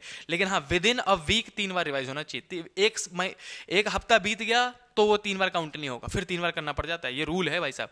विद इन अ वीक अगर आपने उसको 3 बार रिवाइज कर लिया, आज एक बार हो गया क्योंकि आपने पूरा वीडियो देखा है ना, नोट्स बनाए उसके, फिर दूसरी बार कल या परसों में कर लिया, फिर एक दिन छोड़ के फिर उसको कर लिया, बस इतना ही चाहिए। फिर ना ही तो कभी न्यूमेरिकल बोलोगे, ना ही कभी कॉन्सेप्ट, और ना ही कोई डेरिवेशन, अगर आपने लिख लिख के देखा है तो। चलो बच्चों, लॉरेंज फोर्स की बात करते हैं। लॉरेंज फोर्स होता क्या है? लॉरेंज फोर्स बच्चों कब आता है? जब किसी चार्ज क्यू को इलेक्ट्रिक फील्ड और मैग्नेटिक फील्ड दोनों एक साथ दे दिया जाए। मतलब मैं ये कह रहा हूं कि मान लो कोई जगह थी जहां पे हमने इलेक्ट्रिक फील्ड और मैग्नेटिक फील्ड दोनों ले ली थी। ये मान लेते हैं अपने पास लेफ्ट टू राइट जो है वो इलेक्ट्रिक फील्ड है ई, ठीक है, और इसी में हमने मैग्नेटिक फील्ड भी दे दिया, ऐसे करके क्रॉस मतलब इनवर्ड मैग्नेटिक फील्ड होता है, मैंने आपको बताया था, यहाँ पे मैग्नेटिक फील्ड भी है। तो इस पूरे रीजन में, इस पूरे जगहों पे इलेक्ट्रिक फील्ड भी है और मैग्नेटिक फील्ड भी है। तो किसी ऐसे रीजन में जहां पे दोनों हो, इलेक्ट्रिक फील्ड और मैग्नेटिक फील्ड को बी लिख देता हूं मैं यहाँ पे, बी वेक्टर, तो दोनों हो और इस बीच में कोई चार्ज एंट्री मार जाए, तो जो भाई साहब फोर्स लगता है उसको हम लॉरेंज फोर्स कहते हैं। सोचो उस चार्ज का क्या होगा। मैग्नेटिक फील्ड भी दे लात घुसे बजाएगा, मतलब फोर्स लगाएगा भाई, फोर्स लगाएगा, मैग्नेटिक फील्ड भी फोर्स लगाएगा, इलेक्ट्रिक फील्ड भी फोर्स लगाएगा। तो जब कोई चार्ज किसी ऐसे रीजन में, ऐसे जगह पे पहुंच जाए विद वेलोसिटी v, जहां पे इलेक्ट्रिक और मैग्नेटिक फील्ड दोनों हो, तब जाके आता है लॉरेंज फोर्स का कॉन्सेप्ट। लॉरेंज फोर्स का कॉन्सेप्ट में नेट फोर्स कितना लगेगा बच्चों? अब देखो यहाँ पे हम जो नेट फोर्स लिखते हैं उसका फॉर्मूला दिया था लॉरेंज साहब ने। उन्होंने कहा था कि देखो बच्चे, अगर इलेक्ट्रिक और मैग्नेटिक फील्ड दोनों है तो दोनों फोर्स लगाएंगे। इलेक्ट्रिक फील्ड कितना फोर्स लगाता है मैं आपको बता ही देता हूं, यहां पे लिख देता हूं बच्चों। आपने आज ही पढ़ा है कि मैग्नेटिक एफ बी लिख दे रहा हूं, मैग्नेटिक को समझ जाओगे। एफ बी मतलब है मैग्नेट की वजह से फोर्स, और एफ ई मतलब है इलेक्ट्रिक फील्ड की वजह से फोर्स। मैग्नेटिक फील्ड की वजह से फोर्स कितना लगता है? Q V B sine theta सुना था आपने, लेकिन साइन 90 होगा। मैग्नेटिक फील्ड अंदर की तरफ है, पार्टिकल ऊपर जा रहे तो 90 डिग्री बनेगा, तो साइन 91 होता तो लिखेंगे नहीं। तो मैग्नेटिक फोर्स कितना लगेगा? Q V B. और इलेक्ट्रिक फोर्स आपने फर्स्ट चैप्टर में पढ़ा होगा, क्यू इंटू में ई लगता है। तो ये है अपने पास formula of electric and magnetic field. अब जब दोनों एक साथ लगेंगे तो जो नेट फोर्स है वो आप एफ ई प्लस में एफ बी करके दोगे, ये बताया था किसने? लॉरेंज साहब ने। अब मैं यहीं पे वैल्यू पुट करूं बच्चों, तो एफ ई की जगह में क्यू ई लिख सकता हूं मैं, है ना, और प्लस में इसकी जगह में वेक्टर फॉर्म लिखने के लिए बोला जाता है कई बार बच्चों, तो हम इसको लिखेंगे Q V B sine theta लिख सकते हो आप, Q V B sine theta, और नहीं तो साइन थीटा हटा के वेक्टर फॉर्म ज्यादा सुटेबल है। जैसे मैंने यहाँ पे 90 डिग्री में नहीं माना था, वो तो आपको फॉर्मूला बता रहा था है ना, लेकिन क्यू बी साइन थीटा लिखा हमने बोला कि हम लिखेंगे नहीं थीटा 90 वाला, हम लिखेंगे क्यू ई। मेन फॉर्मूला ये है, ये फॉर्मूला याद होना चाहिए, एमसीक्यू में आएगा। 4 फॉर्मूले दे देंगे, 1-2 गलत होंगे और तीसरा मान लो कुछ ऑल्टर कर रखा होगा, चौथे का आंसर होगा, वो आपको पहचानना पड़ेगा कौन सा आंसर है। तो क्यू ई फोर्स की, इलेक्ट्रिक की वजह से क्यू ई, और मैग्नेटिक की वजह से वेक्टर फॉर्म क्या होता है बच्चों? Q V vector cross B vector. आज ही बताया मैंने, आज ही इसी वीडियो में बताया Q V vector cross B vector. अब ये भी हो सकता है एक फॉर्मूला। अब आपको यहाँ से दिख रहा है, कई बार यहाँ से क्या करते हैं ये लोग ऑप्शन में बच्चों को कंफ्यूज करने के लिए क्यू कॉमन ले लेते हैं, क्यू दोनों जगह, तो क्यू दोनों जगह है बच्चों, तो ई वेक्टर यहाँ बचेगा, है ना, और प्लस में V vector cross B vector बचेगा। और इतने सिली मिस्टेक करवाते हैं बच्चों से, यहाँ पे प्लस लिख देंगे, यहाँ पे मल्टीप्लाई लिख देंगे, यहाँ पे माइनस लिख देंगे, यहाँ पे मल्टीप्लाई, यहाँ पे माइनस, यहाँ पे प्लस लिख देंगे, ताकि बच्चा कंफ्यूज हो जाए। बच्चा भूल जाता है अगर सही से नहीं पढ़ा हुआ तो। हमें क्या याद रखना है ऐसे करके? आप कैसे याद रखोगे मैं बताता हूँ। याद रखना, क्यू को अंदर मल्टीप्लाई करके देखो क्यू ई बन रहा है, और क्यू को अंदर मल्टीप्लाई करके वी क्रॉस बी बन रहा है। मैग्नेटिक फोर्स और इलेक्ट्रिक फोर्स, ये आपको लॉरेंज फोर्स का फॉर्मूला पता होना चाहिए। अगर आप कहोगे भैया एक्स्ट्रा पढ़ा दो CUET के लिए, तो मैं यहीं पे कहूंगा एक फॉर्मूला और याद कर लेना बच्चों, ये CUET के लिए एक्स्ट्रा ही है। मान लो CUET आपका एग्जाम या फिर नीट वीट के एग्जाम, वेलोसिटी निकालनी पड़ जाए कभी, तो इलेक्ट्रिक फील्ड अपॉन में मैग्नेटिक फील्ड वेलोसिटी का फॉर्मूला होता है। ये शॉर्ट फॉर्म में ट्रिक वाला फॉर्मूला याद कर लो। इसको हम पहले डिटेल में पढ़ाया भी करते थे, लेकिन हम सिंस वन शॉट कर रहे हैं तो इसको अभी डिटेल में पढ़ने की जरूरत नहीं है। अगर किसी पार्टिकल की वेलोसिटी निकालनी हो कि वेलोसिटी बताओ, तो इलेक्ट्रिक फील्ड की वैल्यू को मैग्नेटिक फील्ड से डिवाइड कर दो तो आपको वेलोसिटी मिल जाता है। तो ये था लॉरेंज फोर्स का कॉन्सेप्ट। लॉरेंज फोर्स ने क्या बोला था कि अगर कोई चार्ज पार्टिकल ऐसे रीजन में एंट्री मारता है जहां पे इलेक्ट्रिक फील्ड भी है और मैग्नेटिक फील्ड भी है, तो दोनों मिलकर उस पर फोर्स लगाएंगे और दोनों को कंबाइन फोर्स ही नेट फोर्स होगा। फॉर्मूला क्या बनेगा? क्यू ई प्लस में Q V vector cross B, या तो ये हो सकता है या फिर क्यू कॉमन आ सकता है ना। फिर उसके बाद मैंने आपको एक चीज बताया कि इसको V velocity of a charge, आप इसकी वेलोसिटी भी डिसाइड कर सकते हो। मैंने बताया आपको वेलोसिटी का फॉर्मूला क्या होता है। वेलोसिटी का फॉर्मूला होता है इलेक्ट्रिक फील्ड अपन में मैग्नेटिक फील्ड। अगर मुझे वेलोसिटी बढ़ानी है तो इलेक्ट्रिक फील्ड बढ़ा दूंगा, घटानी है तो इलेक्ट्रिक फील्ड घटा दूंगा। उल्टा भी है, मैग्नेटिक फील्ड को लेके भी कर सकते हो आप कि अगर वेलोसिटी बढ़ानी है तो मैग्नेटिक फील्ड को डिक्रीज कर दो, समझ रहे हो। तो इस ये वाला फॉर्मूला भी बहुत बार यूज होता है, कई बार इलेक्ट्रिक फील्ड मैग्नेटिक फील्ड दे रखा होता है, वेलोसिटी पूछ लेते हैं, इसलिए मैंने आपको बता दिया ट्रिक वाला। तो ये था पूरा कंप्लीट कॉन्सेप्ट, एक डेरिवेशन किया आपने, लॉरेंज फोर्स कर लिया बच्चों। अब मूव करते हैं second last concept, that is torque and potential energy. बच्चों इस पे न्यूमेरिकल बने तो 2 नंबर के न्यूमेरिकल बन सकते हैं, 2 नंबर नहीं तो 1 नंबर के आते हैं।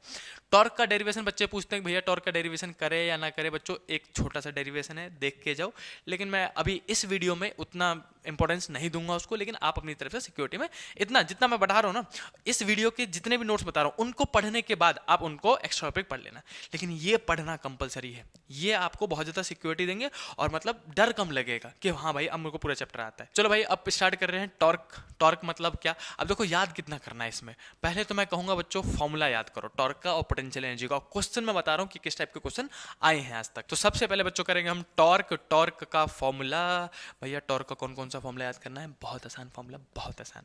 सबसे पहला formula torque is equal to लिखूंगा बीना साइन थीटा। बीना अब तो पक्का याद रहेगा भाई साहब, सुंदर सी बालिका बीना, लड़की का नाम याद कर लो भाई, बीना, बीना साइन थीटा, बीना साइन थीटा। तो टॉर्क इज इक्वल टू में बीना साइन थीटा सबसे पहला फॉर्मूला होता है। बी मतलब होता है मैग्नेटिक फील्ड, आई मतलब होता है करंट, एन मतलब नंबर ऑफ टर्न। कोई कॉइल दे दिया, मान लो कोई कॉइल है जिसमें ऐसे करके एग्जांपल के लिए 50 टर्न दे दिए, 50 टर्न्स, इसमें करंट फ्लो कर रहा है 2 एम्पियर का, और जिसको मैग्नेटिक फील्ड में रखा गया है। मैग्नेटिक फील्ड कितने की है, एग्जांपल के लिए 4 टेस्ला ले लेते हैं। तो बताओ अगर इसका एरिया 2 मीटर स्क्वायर है और थीटा है अभी 60 डिग्री नहीं 30 डिग्री ले रहे हैं, तो बताओ टॉर्क कितना आएगा। इस टाइप के क्वेश्चन में पूरा सब कुछ गिवन होगा, बस आपको फॉर्मूला याद होना चाहिए और इसको अप्लाई करके मैथ ठीक करनी है बस। एग्जाम्पल के लिए मैंने ये ले ही लिया, तो इसको एग्जाम्पल करके बच्चों जल्दी से सॉल्व कर दो। मैं वीडियो कह रहा हूँ जल्दी से, मेरे से पहले अगर सॉल्व कर सको कर दो तो कर दो। देखते कितने बच्चे मेरे से पहले सॉल्व करते हैं। मेरे को सेम क्वेश्चन दिया मैंने, अब मैं इसमें टॉर्क निकाल के दिखाता हूँ। टॉर्क का फॉर्मूला क्या होता है बच्चों, बीना, बीना साइन थीटा, ये हमारा टॉर्क का फॉर्मूला है। टॉर्क बी कितना लिया हमने, 4 टेस्ला, तो 4 पुट कर दिया। करंट कितना हो गया 2 एम्पियर, 2 लिख दिया। नंबर ऑफ टर्न कितना था 50, तो 50 मेंशन कर दिया। और इनटू में एरिया, एरिया कितना था बच्चों 2, और थीटा साइन 30, साइन 30 बताओ, थीटा साइन 30 पुट करोगे ना, एंड साइन 30 की वैल्यू होती है 1/2, तो हम यहाँ पुट कर देंगे। 2 से 2 गया, अब इसको मल्टीप्लाई कर दो, तो टॉर्क इक्वल टू में 8 पंचे 40, ये आ जाएगा बच्चों मेरे ख्याल से 8 पंचे 40, हाँ सही है, 400 newton per metre, newton metre sorry, newton metre होता है बच्चों इसका यूनिट। तो ये हमने टॉर्क निकाल दे दिया, इजी था। तो सीधे सीधे आपको बीना साइन थीटा फॉर्मूला याद रखना है टॉर्क का। अब एक चीज और बता रहा हूं बच्चों, यहाँ पे स्मॉल एम एक और वर्ड होता है जिसका नाम होता है मैग्नेटिक डाइपोल मोमेंट। क्या नाम होता है इसका, मैग्नेटिक डाइपोल मोमेंट कहते हैं इसको। कई बार क्वेश्चन में डायरेक्टली मैग्नेटिक डाइपोल मोमेंट दे रखा होता है। तो एम, एम किसको कहते हैं, तो एम का फॉर्मूला होता है इस चैप्टर में, एम का फॉर्मूला है जो निया है, निया, NIA, NIA, इसका फॉर्मूला क्या होता है बच्चों, एम का फॉर्मूला याद रखोगे निया, उसमें बीना साइन थीटा, और एम का फॉर्मूला निया, NI और A, NI और A, इन तीनों को हटा के आप M भी लिख सकते हो, इन तीनों को हटा के आप M लिख सकते हो। तो टॉर्क का दूसरा फॉर्मूला बनता है बच्चों, M को मैं पहले लिख दे रहा हूं, बाद में यहाँ पे B बचेगा, है ना। निया को हटा के NIA, इन 3 वर्ड को हटाया ना आपने, बस 3 डिजिट्स को, अल्फाबेट्स को, इन अल्फाबेट्स को हटा के क्या लिखा, M, B तो रहेगा, साइन थीटा रहेगा। तो MB साइन थीटा भी एक फॉर्मूला है। अगर डायरेक्टली मैग्नेटिक डाइपोल मोमेंट दे रखा हो तो MB साइन थीटा, और इसी का बच्चों vector form, vector form, vector form क्या होता है, तो वेक्टर फॉर्म होता है बच्चों टॉर्क का, टॉर्क वेक्टर क्वांटिटी है। टॉर्क कैसी क्वांटिटी है, vector quantity, M vector cross B vector, क्योंकि साइन थीटा था, साइन थीटा होता है तो क्रॉस लगता है, कॉस होता तो डॉट लगाता है, याद रखना। अगर कॉस थीटा होता है तो डॉट, और साइन थीटा है तो क्रॉस। तो ये था बच्चों टोटल टॉर्क का फॉर्मूला जो इस चैप्टर में आ सकता है मैक्सिमम। टॉर्क का पहला फॉर्मूला बीना साइन थीटा, दूसरा M को ही हटा के हम क्या लिख सकते हैं, निया, तो MB sine theta, M vector cross. 3 फॉर्मूले हैं भाई साहब, अब बताओ तीनों मिलते जुलते नहीं है। अगर अभी आप मेरे साथ वीडियो में बोल लो तो अभी आपको याद हो जाएगा। बोले जरा, पहला फॉर्मूला क्या था, बीना साइन थीटा, दूसरा MB साइन थीटा, पहला बीना साइन थीटा, फिर MB साइन थीटा, और फिर M vector cross B vector, हो गया टॉर्क खत्म। टॉर्क के बाद आता है बच्चों पोटेंशियल एनर्जी। मैं यहीं पे इसको स्लाइड करके आपको बता देता हूँ पोटेंशियल एनर्जी का कॉन्सेप्ट, पोटेंशियल एनर्जी। और बच्चों ये PDF मैं आपको अवेलेबल कर दूंगा, बिल्कुल रिलैक्स रहने का। पोटेंशियल, और मैं गलती से अगर ना कर पाऊँ तो आप मेरे को कमेंट कर देना, मैं PDF डाल दूंगा, अटैच कर दूंगा। कई बार होता है ना बच्चों, बहुत सारे वीडियो में ना रह जाता है कई बार पीडीएफ, तो हम फिर बाद में मुझे स्क्रॉल करना पड़ता है। अगर किसी वीडियो में पीडीएफ नहीं हो तो आप मुझे बता देना कि भैया इस वीडियो का पीडीएफ नहीं आया, तो मैं उसको बाद में अपलोड कर दूंगा कमेंट पढ़ के। तो बच्चों पोटेंशियल एनर्जी का फॉर्मूला करने जा रहे हैं। पोटेंशियल एनर्जी डिनोट कैसे करते हैं? यू से। याद करो भाई साहब, कैसे डिनोट करते हैं? यू से। जैसे टॉर्क का 3 फॉर्मूला था, तो इसका भी मैक्सिमम सिर्फ 2 ही फॉर्मूले, सिर्फ 2। सही फायदे में निकला। पहला formula potential energy equal to में होता है एम बी, उसमें एम बी साइन थीटा था, इसमें आता है M B cos theta 1 minus cos theta 2। ये रहा अपने पास फॉर्मूला, पहला formula cos theta 1 minus cos theta 2। ये बहुत फेमस फॉर्मूला है बच्चों, और जितना पोटेंशियल एनर्जी उतना ही वर्क डन। इसमें सवाल किस टाइप के आ सकते हैं? वो बोलेंगे कि अगर मैंने किसी कॉइल को, कोई कॉइल है जिसका मैग्नेटिक डायपोल मोमेंट इतना है और मैग्नेटिक फील्ड में रखा है, अगर उसको मैं 30 डिग्री से 60 डिग्री तक रोटेट कर रहा हूँ, 30 डिग्री टू 60 डिग्री रोटेट कर दिया, तो बताओ कितना वर्क डन करना पड़ेगा? तो वर्क डन पूछे तब भी यही फॉर्मूला लगाना है। एम बी 30 से 60 गए तो 30 cos 30 माइनस cos 60 कर देना। वो कहे कि 0 से 180 गए तो cos 0 minus cos 180। Work done पूछे, ये W मतलब होता है बच्चों वर्क डन, चाहे वर्क डन पूछे चाहे पोटेंशियल एनर्जी पूछे, दोनों का ही फॉर्मूला यही है बच्चों। वर्क डन और पोटेंशियल एनर्जी का सेम फॉर्मूला है M B cos theta 1 minus cos theta 2। आप ये वाला फॉर्मूला याद रखोगे, राइट। अब इसी में दूसरा फॉर्मूला मैं सीधे सीधे बता रहा हूँ। कई बार हम क्या कहते हैं, थीटा 1 को 90 मानते हैं। थीटा 1 अगर 90 हो तो cos 90 होता है 0, ये हो जाएगा पूरा 0। अब ये माइनस साइन बाहर आ जाता है, तो माइनस का एम बी cos थीटा 2 बच जाता है, तो सिर्फ cos थीटा लिख देते हैं इसको। समझ में आया? अगर ये वाला फॉर्मूला कब बनता है? जब थीटा 1 इजकल टू में 90 डिग्री हो, क्योंकि cos 90 जो होता है बच्चों वो होता है 0, sin 90 1 होता है, cos 90 0 होता है। cos 90 होता है 0, तो हमने इसको लिख दिया। अभी आपको ये मेंशन करने की जरूरत नहीं है, मैं आपको बता रहा हूँ। सिर्फ 2 फॉर्मूले याद रखने पोटेंशियल एनर्जी के। न्यूमेरिकल आएगा, कितने फॉर्मूले याद रखने? 2। पहला क्या था? M B cos theta 1 minus cos theta 2। दूसरा क्या था? माइनस का एम बी cos थीटा। इसमें माइनस नहीं है पहले, बच्चे भाई साहब सिली मिस्टेक करते हैं, क्योंकि प्रैक्टिस भी नहीं कर पाते बच्चे न्यूमेरिकल, और ये फॉर्मूला बार बार लिखते ही नहीं है वो। तो यहाँ पे प्लस है M B cos theta 1 minus cos theta 2 वाले में, यहाँ पे माइनस है ना। और इसमें जाके जब एक थीटा हो जाए तो माइनस का एम बी cos थीटा। तो आप कैसे याद रखोगे? अगर 2 थीटा दे रखा है तो M B cos theta 1 minus cos theta 2, सीधे सीधे। और सिर्फ एक थीटा दे रखा है, वो बोल रहे हैं कि एक कॉइल है जो कि 30 डिग्री पे झुका हुआ है, भाई साहब बताओ उसकी पोटेंशियल एनर्जी कितनी होगी? तो माइनस का एम बी cos थीटा। सिर्फ एक एंगल हो तो माइनस का M B cos theta, 2 angle हो तो cos theta 1 minus cos theta 2, और बाहर में प्लस का एम बी, बस। अब ये कॉन्सेप्ट अगर आपको याद है तो आप इजीली न्यूमेरिकल सॉल्व कर पाओगे और कभी मिस्टेक नहीं करोगे। लेकिन इसके साथ साथ मैं आपको एक कॉन्सेप्ट और बताना चाहूंगा। एक क्वेश्चन बहुत फेमस पूछा जाता है कई बार, लेकिन उससे पहले एक बार समराइज कर लो बच्चों। देखो टॉर्क का फॉर्मूला क्या निकला था हमारे पास? टॉर्क का फॉर्मूला निकला था पहला बीना साइन थीटा, बीना साइन थीटा, हमने बीना साइन थीटा लिखा। दूसरा फॉर्मूला क्या था? एम बी साइन थीटा, है ना, एम बी साइन थीटा। तीसरा फॉर्मूला क्या था? वेक्टर फॉर्म था, M vector cross B vector था अपने पास, है ना। अब पोटेंशियल एनर्जी की बात कर लेते हैं। यहीं पे मैं ही लिख देता हूँ बच्चों पोटेंशियल एनर्जी, ताकि एक साथ समराइज हो जाए। पोटेंशियल एनर्जी, और इन दोनों पे 2 नंबर के क्वेश्चन मिक्स में आ सकते हैं, ये भी पॉसिबिलिटीज है। मैं बता रहा हूँ कैसे। देखो एम बी को ये लिख दिया हमने। अब पहला पोटेंशियल एनर्जी का फॉर्मूला क्या लिखोगे बच्चों? पोटेंशियल एनर्जी का पहला फॉर्मूला था माइनस नहीं था प्लस था, M B cos theta 1 minus cos theta 2, M B cos theta 1 minus cos theta 2। और दूसरा फॉर्मूला क्या था बच्चों? सिर्फ माइनस का एम बी cos थीटा। और मैं यहीं पे वेक्टर फॉर्म लिखना चाहूंगा, तो यू याद रखना, पोटेंशियल एनर्जी जो है वो एक स्केलर क्वांटिटी होता है, स्केलर। और टॉर्क कैसा होता है? वेक्टर। टॉर्क वेक्टर होता है भाई, याद कर लो यार, आगे पढ़ाई करनी है, समझ लो। तो पोटेंशियल एनर्जी इक्वल टू में माइनस का माइनस रहेगा। मैंने अभी बताया था आपको कि अगर फॉर्मूले में साइन थीटा आ रहा हो, जैसे टॉर्क के फॉर्मूले में एम बी साइन थीटा आता है, तो एम बी साइन आ गया तो क्रॉस लगेगा, कॉस आ गया तो डॉट प्रोडक्ट लगेगा। तो M vector dot B vector. अब क्या बोलोगे भैया डॉट प्रोडक्ट पे क्रॉस प्रोडक्ट पे क्वेश्चन आएंगे? नहीं आएंगे, चांसेस बहुत कम होते हैं, क्योंकि 11th का कॉन्सेप्ट पड़ जाता है ना। तो ये बस फॉर्मूले याद होने चाहिए। हाँ एमसीक्यू में पूछ सकते हैं भाई, एमसीक्यू में 4 ऑप्शन बना सकते हैं वो। अब न्यूमेरिकल नहीं देंगे इसका मतलब ये थोड़ा कि एमसीक्यू में नहीं पूछेंगे। वो लिख देंगे M vector dot B vector होता है टॉर्क का, या फिर लिख देंगे एम वेक्टर प्लस में बी वेक्टर होता है, एम वेक्टर क्रॉस में बी वेक्टर होता है, या फिर एम इंटू में बी लिख देंगे। ऐसे करके बताओ, बोलो टॉर्क का कौन सा फॉर्मूला सही है? ये 4 ऑप्शन दे दिया, 1 ये दे दिया, 2 बीच में प्लस दे दिया, यहाँ पे 3 दे दिया, और ये 4 दे दिया। बताओ कौन सा फॉर्मूला सही हो जाएगा आपके हिसाब से? तो इसका आंसर जाएगा 3rd। फोर्थ क्यों नहीं जाएगा, क्योंकि उसमें वेक्टर नहीं लगाया, ये प्लस में तो होता ही नहीं है, डॉट में होता ही नहीं है। इस टाइप के न्यूमेरिकल बन सकते हैं, इसलिए हम बच्चों को फॉर्मूला जरूर बताते हैं, समझ लो। तो ये था टॉर्क और पोटेंशियल एनर्जी का सारे फॉर्मूले, इतने ही फॉर्मूले हैं भाई। मैक्सिमम वेक्टर फॉर्म लगा के इसके 3 फॉर्मूले, इसके मैक्सिमम वेक्टर फॉर्म लगा के 3 फॉर्मूले। एक बार क्वेश्चन क्या पूछा था, चलो मैं आपको होमवर्क देता हूँ भाई साहब, ये होमवर्क देता हूँ, और अगर आप में से कोई कर पाया तो let me know in comment, देखते हैं कौन कर पाया भाई। मैं अगली क्लास में उसका नाम जरूर डिस्क्लोज करूंगा कि किसने ये क्वेश्चन किया।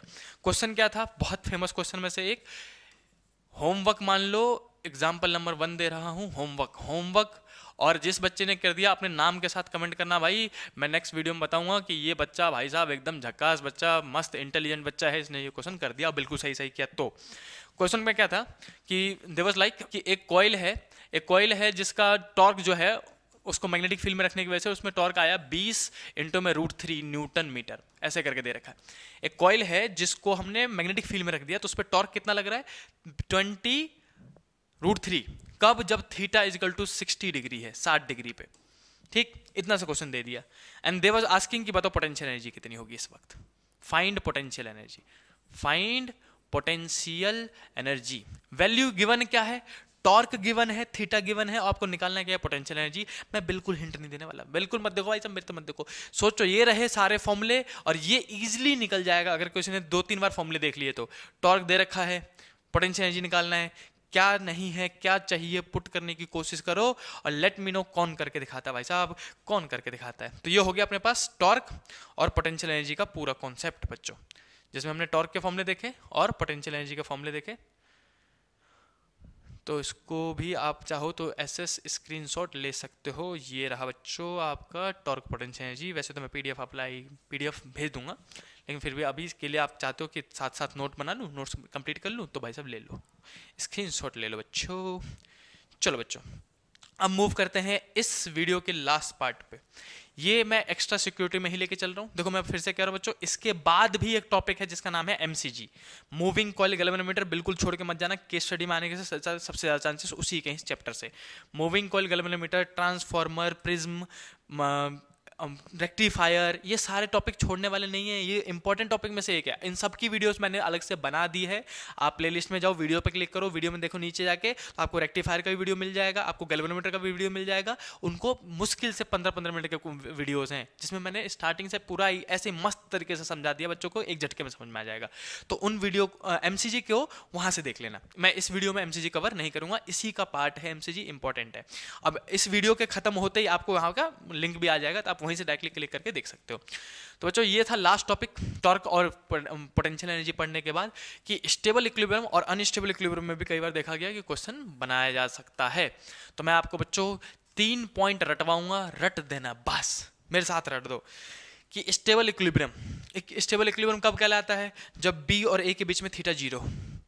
वैसे तो चैप्टर नंबर 5 का भी टॉपिक है ये, जिसमें हम डायग्राम भी बनवाते हैं बच्चों, लेकिन इस चैप्टर में डायग्राम बनाने को कोई फायदा नहीं है, बिल्कुल फायदा नहीं है। डायग्राम वगैरह नहीं, सिर्फ 3 पॉइंट रटने इस चैप्टर में, और जो पॉइंट इस चैप्टर में 3 पॉइंट है वही चैप्टर नंबर 5 में भी है, 3 पॉइंट और एक डायग्राम आ जाता है बस।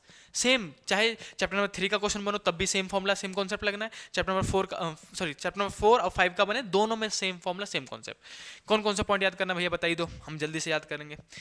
अगर आप ये कह रहे हो भैया बता दो, तो 3 पॉइंट याद करने हैं। कितने पॉइंट याद करने हैं? 3। तो सबसे पहले याद करना बच्चों angle between B and A. B मतलब है बच्चों मैग्नेटिक फील्ड, और ए मतलब है एरिया वेक्टर। बच्चों को एरिया वेक्टर समझने में दिक्कत होती है, मैं आपको समझाता हूँ। देखो मान लो कि अपने पास एक कॉइल है, तो कॉइल हमेशा याद रखना, मैग्नेटिक जो कॉइल है अपने पास, कॉइल है जिसमें वायर मतलब करंट फ्लो कर रहा है, तो जो एरिया वेक्टर होगा वो हमेशा कॉइल से 90 डिग्री बाहर की तरफ होता है, इधर की तरफ होगा। मान लो ऐसे करके सरफेस से कितना बनाएगा वो 90 डिग्री। अगर मैंने इसी कॉइल को थोड़ा घुमा दिया, ऐसे करके रोटेट कर दिया बच्चों, तो ये जो एरिया वेक्टर है वो घूम के 90 डिग्री इधर की तरफ चला जाएगा, मतलब सरफेस से हमेशा वो 90 डिग्री बनाएगा, याद रहेगा। अब इसी में मैंने बीच में ऐसे करके मान लो इधर की तरफ मैग्नेटिक फील्ड दे दिया, किधर की तरफ दे दिया, इधर की तरफ, ये हमारा मैग्नेटिक फील्ड है बी। तो ये वाला एंगल बताओ, ये बी और ए के बीच में बनने वाला एंगल, याद रहेगा। इस एंगल की बात कर रहे हैं, अगर ये एंगल 0 डिग्री है तो वो स्टेबल इक्विलिब्रियम कहलाएगा, और अगर वो 180 डिग्री है तो वो अनस्टेबल इक्विलिब्रियम कहलाएगा। बस इतना सा पॉइंट याद रखना है कि बी और ए के बीच में अगर 0 डिग्री है तो स्टेबल, और 180 डिग्री है तो अनस्टेबल। स्टेबल में कितना होता है 0 डिग्री, अनस्टेबल में कितना होता है 180 डिग्री। एक बार तो बहुत फेमस क्वेश्चन इतनी सी बात पे पूछ लिया गया था, पूछो क्या, देयर वाज लाइक कि एक कॉइल है जिसको स्टेबल इक्विलिब्रियम में रखा हुआ है, अगर मैं उसको स्टेबल इक्विलिब्रियम से अनस्टेबल इक्विलिब्रियम में रोटेट कर दूं, बताओ कितना वर्क डन करना पड़ेगा। और बच्चे इस क्वेश्चन को सुन के घबरा जाते हैं, भाई बहुत आसान काम है, क्या पूछा मेरे से, work done to rotate from stable to unstable. Stable मतलब 0 डिग्री एंगल मिल गया, अनस्टेबल मतलब 180 डिग्री एंगल मिल गया, θ1 θ2 मिल गया। और क्या पूछा था, वर्क डन, तो वर्क डन का फॉर्मूला मैंने अभी बताया था आपको। वर्क डन निकालने के लिए पोटेंशियल एनर्जी वाला formula, mb cos θ1 minus cos θ2। θ1 कितना लूंगा, 0 स्टेबल पे था, θ2 कितना लूंगा, 180 अनस्टेबल पे था, cos 0 कितना होता है 1, cos 180 minus 1 minus minus plus होकर 2 MB आ जाएगा। वर्क डन कितना पड़ेगा 2 MB, खत्म। तो ये सीधे ओरल क्वेश्चन हो सकते हैं। तो ये था, इसीलिए हमें एंगल याद करना चाहिए पहले, स्टेबल में 0, अनस्टेबल में 180।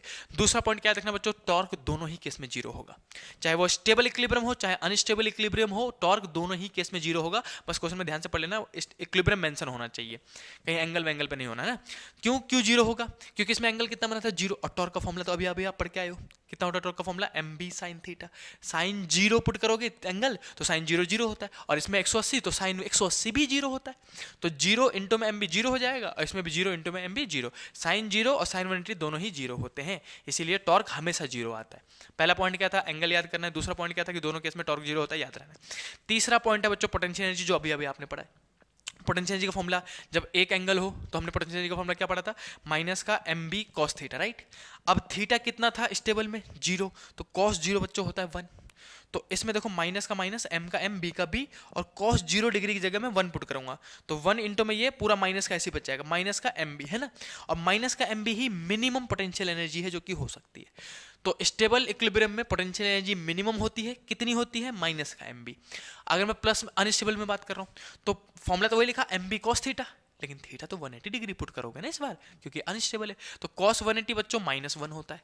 अब देखो ये माइनस का mb तो था ही, और ये भी -1 आ जाएगा, तो माइनस माइनस प्लस, तो सिर्फ mb बच जाएगा, और प्लस का mb ही मैक्सिमम है। तो इसमें क्या होता है, माइनस का mb, इसमें प्लस का mb, ये मिनिमम है और ये मैक्सिमम। तो ये 3 पॉइंट आपको याद होने चाहिए, बिल्कुल रटे होने चाहिए। अब जल्दी से एक बार समराइज कर लेते ताकि आपको रट भी जाए। सबसे पहला इधर स्टेबल है, इधर अनस्टेबल। मैं कहूँ स्टेबल में एंगल कितना बनेगा 0 डिग्री, इसमें एंगल कितना बनेगा 180 डिग्री। किसके बीच में, बी और ए के बीच में एंगल है, मैग्नेटिक फील्ड और एरिया वेक्टर। एरिया वेक्टर कितना होता है, हमेशा परपेंडिकुलर। तो इसमें 0 डिग्री, इसमें 180 डिग्री। दूसरा, इसमें टॉर्क कितना होगा 0, इसमें टॉर्क कितना होगा 0। इसमें पोटेंशियल एनर्जी कितनी होगी, माइनस का mb, इसमें पोटेंशियल एनर्जी कितना होगा प्लस का mb, इसमें माइनस का mb, इसमें प्लस का mb, इसमें मिनिमम, इसमें मैक्सिमम।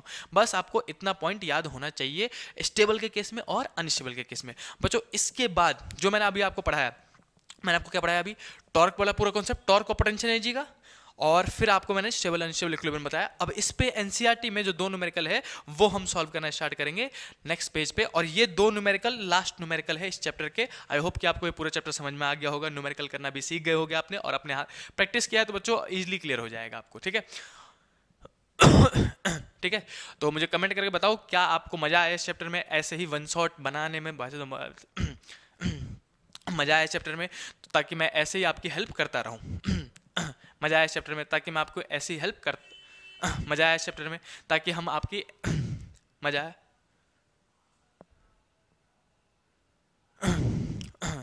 मजा आया मजा आया इस चैप्टर में, मजा आया इस चैप्टर में, कमेंट करके बताओ कि मजा आया इस चैप्टर में ताकि मैं आपकी ऐसी हेल्प मजा आया इस चैप्टर में ताकि मजा आया इस चैप्टर में, जल्दी से कमेंट करके बताओ, और मैं ऐसी वीडियो बनाता रहूंगा, बिल्कुल बिंदास रहो भाई साहब। चलो लास्ट 2 न्यूमेरिकल कर रहे हैं, ये सेकंड लास्ट न्यूमेरिकल है, एनसीईआरटी का ही एक्सरसाइज का क्वेश्चन है 4.9। क्वेश्चन क्या कह रहा है बच्चों, सबसे पहले हम गिवन लिखना स्टार्ट करेंगे। गिवन में क्या लिखेंगे, हम लिखेंगे बच्चों कि कोई क्वेश्चन कह रहा है एक स्क्वायर का कॉइल है, स्क्वायर यार भाई साहब स्क्वायर ले लो, स्क्वायर कह दिया उन्होंने, स्क्वायर कॉइल है, साइड है 10 सेंटीमीटर का, तो स्क्वायर है तो 10 सेंटीमीटर इधर भी होगा, 10 सेंटीमीटर इधर भी होगा, है ना, 10 सेंटीमीटर का। साइड से क्या करोगे, एरिया निकाल लोगे एरिया निकाल लोगे एरिया निकाल लोगे एरिया निकाल लोगे। कैसे निकालूंगा एरिया, एरिया का फॉर्मूला होता है स्क्वायर के केस में साइड इंटू में साइड, बचपन से पढ़ते आ रहे हैं, साइड इंटू में साइड एरिया का फॉर्मूला होता है बच्चों। तो साइड कितना है 10 सेंटीमीटर, सेंटीमीटर को मीटर में कन्वर्ट करना, ऐसा यूनिट में सीधे सीधे 100 मत लिख देना, तो इसको लिखूंगा 100 से डिवाइड कर दो या फिर 10 की पावर -2 लिख सकते हो आप इसको, है ना। तो मैं लिख दूंगा इसको 100 से डिवाइड करके 0.1 और इसको भी 0.1, तो 0.1 इंटू में 0.1 करना है, ये मीटर में आ जाएगा ना, 0.1 मीटर हो जाएगा बच्चों, 0.1 मीटर। तो 0.1 मीटर इंटू में 0.1 मीटर कितना आएगा बताओ मेरे को, 0.01 मीटर स्क्वायर आ जाएगा। एरिया मीटर स्क्वायर में होता है ना, तो एरिया निकल गया हमें साइड से। फिर आगे क्या कह रहा है, contain 20 turns, number of turn N दे रखो है कितना, 20 टर्न दे रखा है, and carries the current of 12 ampere. Current कितना है बच्चों, 12 एम्पियर, ठीक है। आगे पढ़ते रहो, सब कुछ दे देंगे, बोलेंगे ये निकालो सीधे सीधे। अगर फॉर्मूला पता है और क्वेश्चन पढ़ना आता है तो आप आराम से कर दोगे इसको।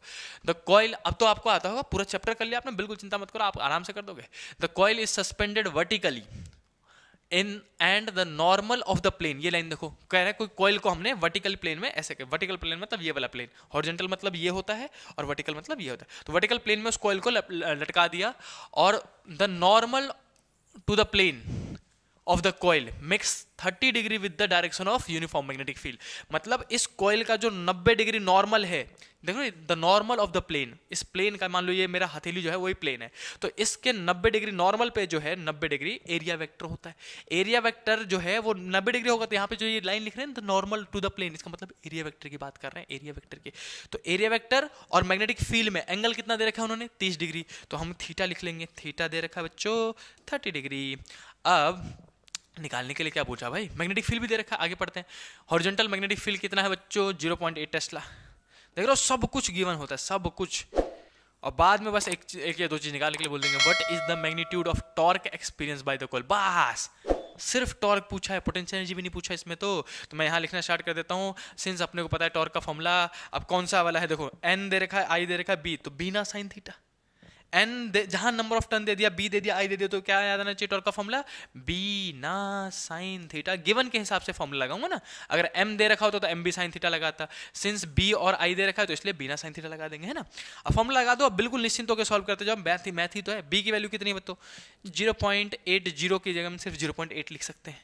करंट कितना है बच्चों, करंट है अपने पास 12 एम्पियर, और नंबर ऑफ टर्न कितना है बच्चों, नंबर ऑफ टर्न है 20, और एरिया वेक्टर कितना निकाला था आपने निकाला था 0.01, और साइन थीटा, थीटा कितना है 30 डिग्री, साइन 30 कितना होता है जल्दी से बताओ बच्चों, साइन 30 की वैल्यू होती है 1/2।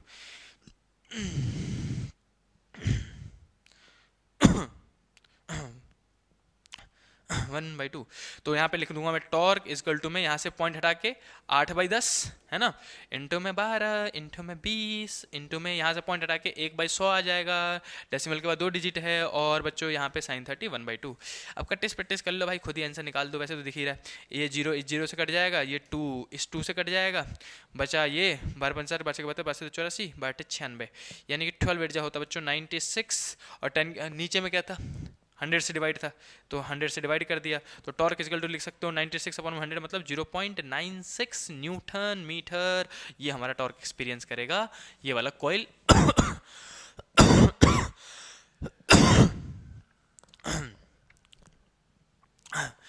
ये वाला कॉइल जब वो मैग्नेटिक फील्ड में रखा हुआ है। तो सिंपल सा देखा, सीधे सीधे गिवन लिखा, बस यूनिट कन्वर्ट कर देना बीच में ताकि आपका आंसर गलत ना हो, और फॉर्मूला लगा के आंसर, जो फॉर्मूला मैंने आपको बताया, एनसीईआरटी का क्वेश्चन है, एक्सरसाइज को क्वेश्चन कर पा रहे हो आप। अब बच्चों last question of the chapter, and यहीं पे आपका वन शॉट कंप्लीट कॉन्सेप्ट और डेरिवेशन और न्यूमेरिकल के साथ कंप्लीट हो जाएगा बच्चों। तो बच्चा देखो, अब क्वेश्चन नंबर 4.13, इसमें भी सेम चीज करेंगे। सबसे पहले हम गिवन लिखेंगे। गिवन क्या है बच्चों, ये भी एक्सरसाइज का ही क्वेश्चन है। अब इस वीडियो के बाद आप अपनी एनसीईआरटी की एक्सरसाइज आराम से सॉल्व कर सकते हो, जौन सा मर्जी क्वेश्चन उठा के कर लेना, समझ में आ जाएगा आपको। सर्कुलर कॉइल इतना टर्न्स, नंबर ऑफ टर्न दे रखा है तो पहले नंबर ऑफ टर्न लिख देते हैं बच्चों, कितने टर्न्स हैं, एन की वैल्यू 30 है, and the radius of 8 centimetre दे रखा है। अब देखो सर्कुलर कॉइल था, कैसा कॉइल था सर्कुलर, तो हम सर्कुलर कॉइल दिखा देंगे, और इसका रेडियस दे रखा है मेरे को, रेडियस दे रखा है, तो रेडियस की वैल्यू लिख देता हूँ, कितना है बच्चों 8.0 सेंटीमीटर, तो 0 लिखने की जरूरत है नहीं, तो 8 सेंटीमीटर लिख देते हैं, और मीटर में कन्वर्ट करना कंपलसरी, तो 8 × 10 की पावर -2 लिख सकता हूँ, या फिर 100 से डिवाइड कर सकता हूँ, तो मैं -2 लिख दिया। अब रेडियस क्यों दिया, ताकि आप एरिया निकाल सको। रेक्टेंगल होता तो लेंथ इंटू में ब्रेथ, स्क्वायर होता तो साइड इंटू में साइड, सर्कल है तो πr², एरिया ऑफ सर्कल क्या होता है πr² होता है ना। तो यहाँ से अब वैल्यू पुट करके निकाल दूंगा मैं। निकाल दूंगा मैं। तो एरिया इज इक्वल टू में आएगा बच्चों पाई का पाई और आर का स्क्वायर, इस पूरे का स्क्वायर कर देना 8 × 10⁻² का होल स्क्वायर। एरिया का एरिया पाई का पाई, अभी पाई को मत खोलना भाई साहब, पता चले बच्चे यहीं पे पाई को खोल के मस्त मल्टीप्लाई करना, फिर यहीं टाइम वेस्ट हो जाता है। पाई रहने दो। 8 का स्क्वायर कितना होता है 64 और 10 की पावर, देखो ये मल्टीप्लाई हो जाएगा तो -4 हो जाएगा बच्चों। तो यही मेरा मीटर स्क्वायर में एरिया। अभी मैं पाई को बिल्कुल नहीं खोलूंगा, लास्ट में खोलूंगा बिल्कुल पाई को जाके लास्ट में, बिल्कुल लास्ट में। तो एरिया निकल गया, नंबर ऑफ टर्न पता चल गया, दो चीजें हो गई। आगे ढूंढो भाई क्या क्या दे रखा है। आगे कहता है कि करंट ये रहा, करंट कितना है 6 एम्पियर, तो मैं यहाँ लिख दे रहा हूँ आगे करंट बच्चों 6 एम्पियर दे रखा है। Suspended vertically uniform magnetic field of 1 Tesla, magnetic field यानी कि बी की वैल्यू दे रखी है बच्चों, बी की वैल्यू है 1 Tesla, 1 Tesla. The field line, अब देखो मैग्नेटिक फील्ड की बात हो रही है यहाँ पे। The field line makes 60 degree with the normal of the coil. Normal of the coil कौन होता है भाई, एरिया वेक्टर होता है। नॉर्मल बोल दे, परपेंडिकुलर बोल दे, वहीं समझ जाना एरिया वेक्टर की बात कर रहे हैं। जो फील्ड है यानी कि मैग्नेटिक फील्ड है वो एरिया वेक्टर के साथ नॉर्मल है। नॉर्मल मतलब कितने डिग्री बना रहे हैं, सॉरी 60 डिग्री पे है। नॉर्मल के साथ कितने डिग्री पे है 60 डिग्री पे। थीटा कितना दे दिया हमको 60 डिग्री, ऐसे करके हम यहाँ पे मेंशन कर देंगे। अब सब कुछ दिया है तो फिर से टॉर्क की पूछा होगा, calculate the magnitude of torque encounter, बस खत्म। इसके आगे कौन पढ़ेगा इसको बताओ, लास्ट लाइन बाद में जरूर पढ़ेंगे, पहले 2 क्वेश्चन पूछ रखा हो। तो टॉर्क का फॉर्मूला क्या लिखोगे इसमें, अब वापस मैं एम बी साइन थीटा लिखने जा रहा था, एम तो दिया ही नहीं, बी दे रखा है ए एन आई, तो बी ना साइन थीटा है ना, फिर से वही बच्चों बी ना साइन थीटा, बी ना साइन थीटा। अब ये क्वेश्चन आप खुद करोगे, सेम फॉर्मूला है, सेम न्यूमेरिकल है, जल्दी से कॉपी उठाओ, पेन उठाओ, इसका आंसर सॉल्व करके मुझे बताओ कि 4.13 का, कमेंट करने की हो रही है भाई साहब, कमेंट करने की हो रही है कि 4.13 का न्यूमेरिकल का आंसर कितना आया। चलो जल्दी सर को टॉर्क निकालो, यूनिट लिख देना न्यूटन मीटर, ऐसे करके। एक बार लास्ट पार्ट और पढ़ लेते हैं।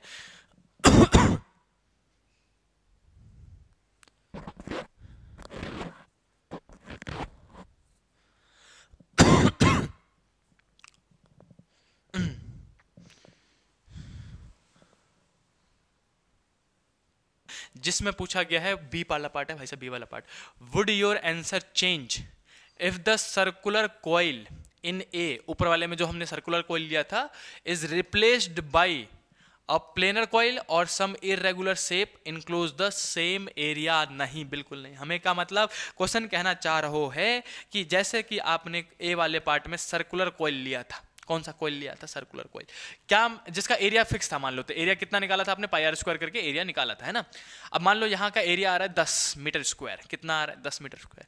तो क्या आपका आंसर जो ये टॉर्क है, ये जो टॉर्क है, क्या ये टॉर्क बदलेगा?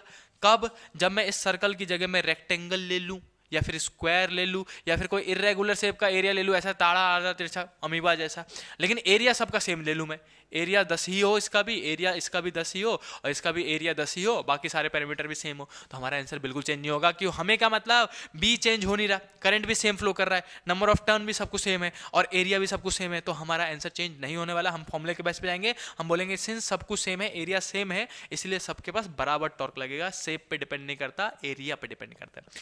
Torque depends on area, not on shape. चाहे वो रेक्टेंगल है, अगर उसका एरिया 10 मीटर स्क्वायर है और सर्कल है उसका भी 10 मीटर स्क्वायर है, तो सेम फोर्स, सेम टॉर्क लगेगा, याद रखने का, ठीक है। तो ये था बच्चों पूरा complete chapter with complete concept, numerical and derivation. I hope कि आपको पूरा चैप्टर समझ में आ गया होगा, मजा आया होगा। तो मेरे को कमेंट भी करते रहना बच्चों। आप लोग जो कमेंट करते हो ना, तो वो एक अलग एनर्जी देती है, जिसमें हमें समझ में आता है कि हाँ बच्चे की हेल्प हो रही है, बच्चा उसको सीख रहा है, लर्न कर रहा है, तो हमें और मोटिवेशन मिलती है काम करने की। बाकी इस वीडियो को शेयर करने की हो रही है, शेयर करो, बच्चों को बोलो भाई सब सब्सक्राइब करें दबा के, समझ रहे हो, थोड़ा सा सब्सक्राइबर बढ़ाने की हो रही है, अच्छा नहीं लग रहा भाई छोटा सा सब्सक्राइबर। तो मिलते हैं बच्चों नेक्स्ट वीडियो में। मैं फिर से जाऊंगा, कमेंट पढ़ूंगा, जौन सा टॉपिक मुझे दिखा कि बच्चों के ये डिमांड है, मैं उसी टॉपिक पे क्वेश्चन बना दूंगा। न्यूमेरिकल कहोगे तो न्यूमेरिकल, डेरिवेशन कहोगे तो डेरिवेशन, कॉन्सेप्ट कहोगे तो कॉन्सेप्ट, जो आपको लगे मैं आपके साथ हूं बोर्ड तक, CUET तक मैं आपके साथ रहूंगा, चिंता बिल्कुल नहीं करने का। आप सीधे कमेंट करते रहो। मिलते हैं नेक्स्ट वीडियो में, तब तक के लिए ta-ta bye bye, see you.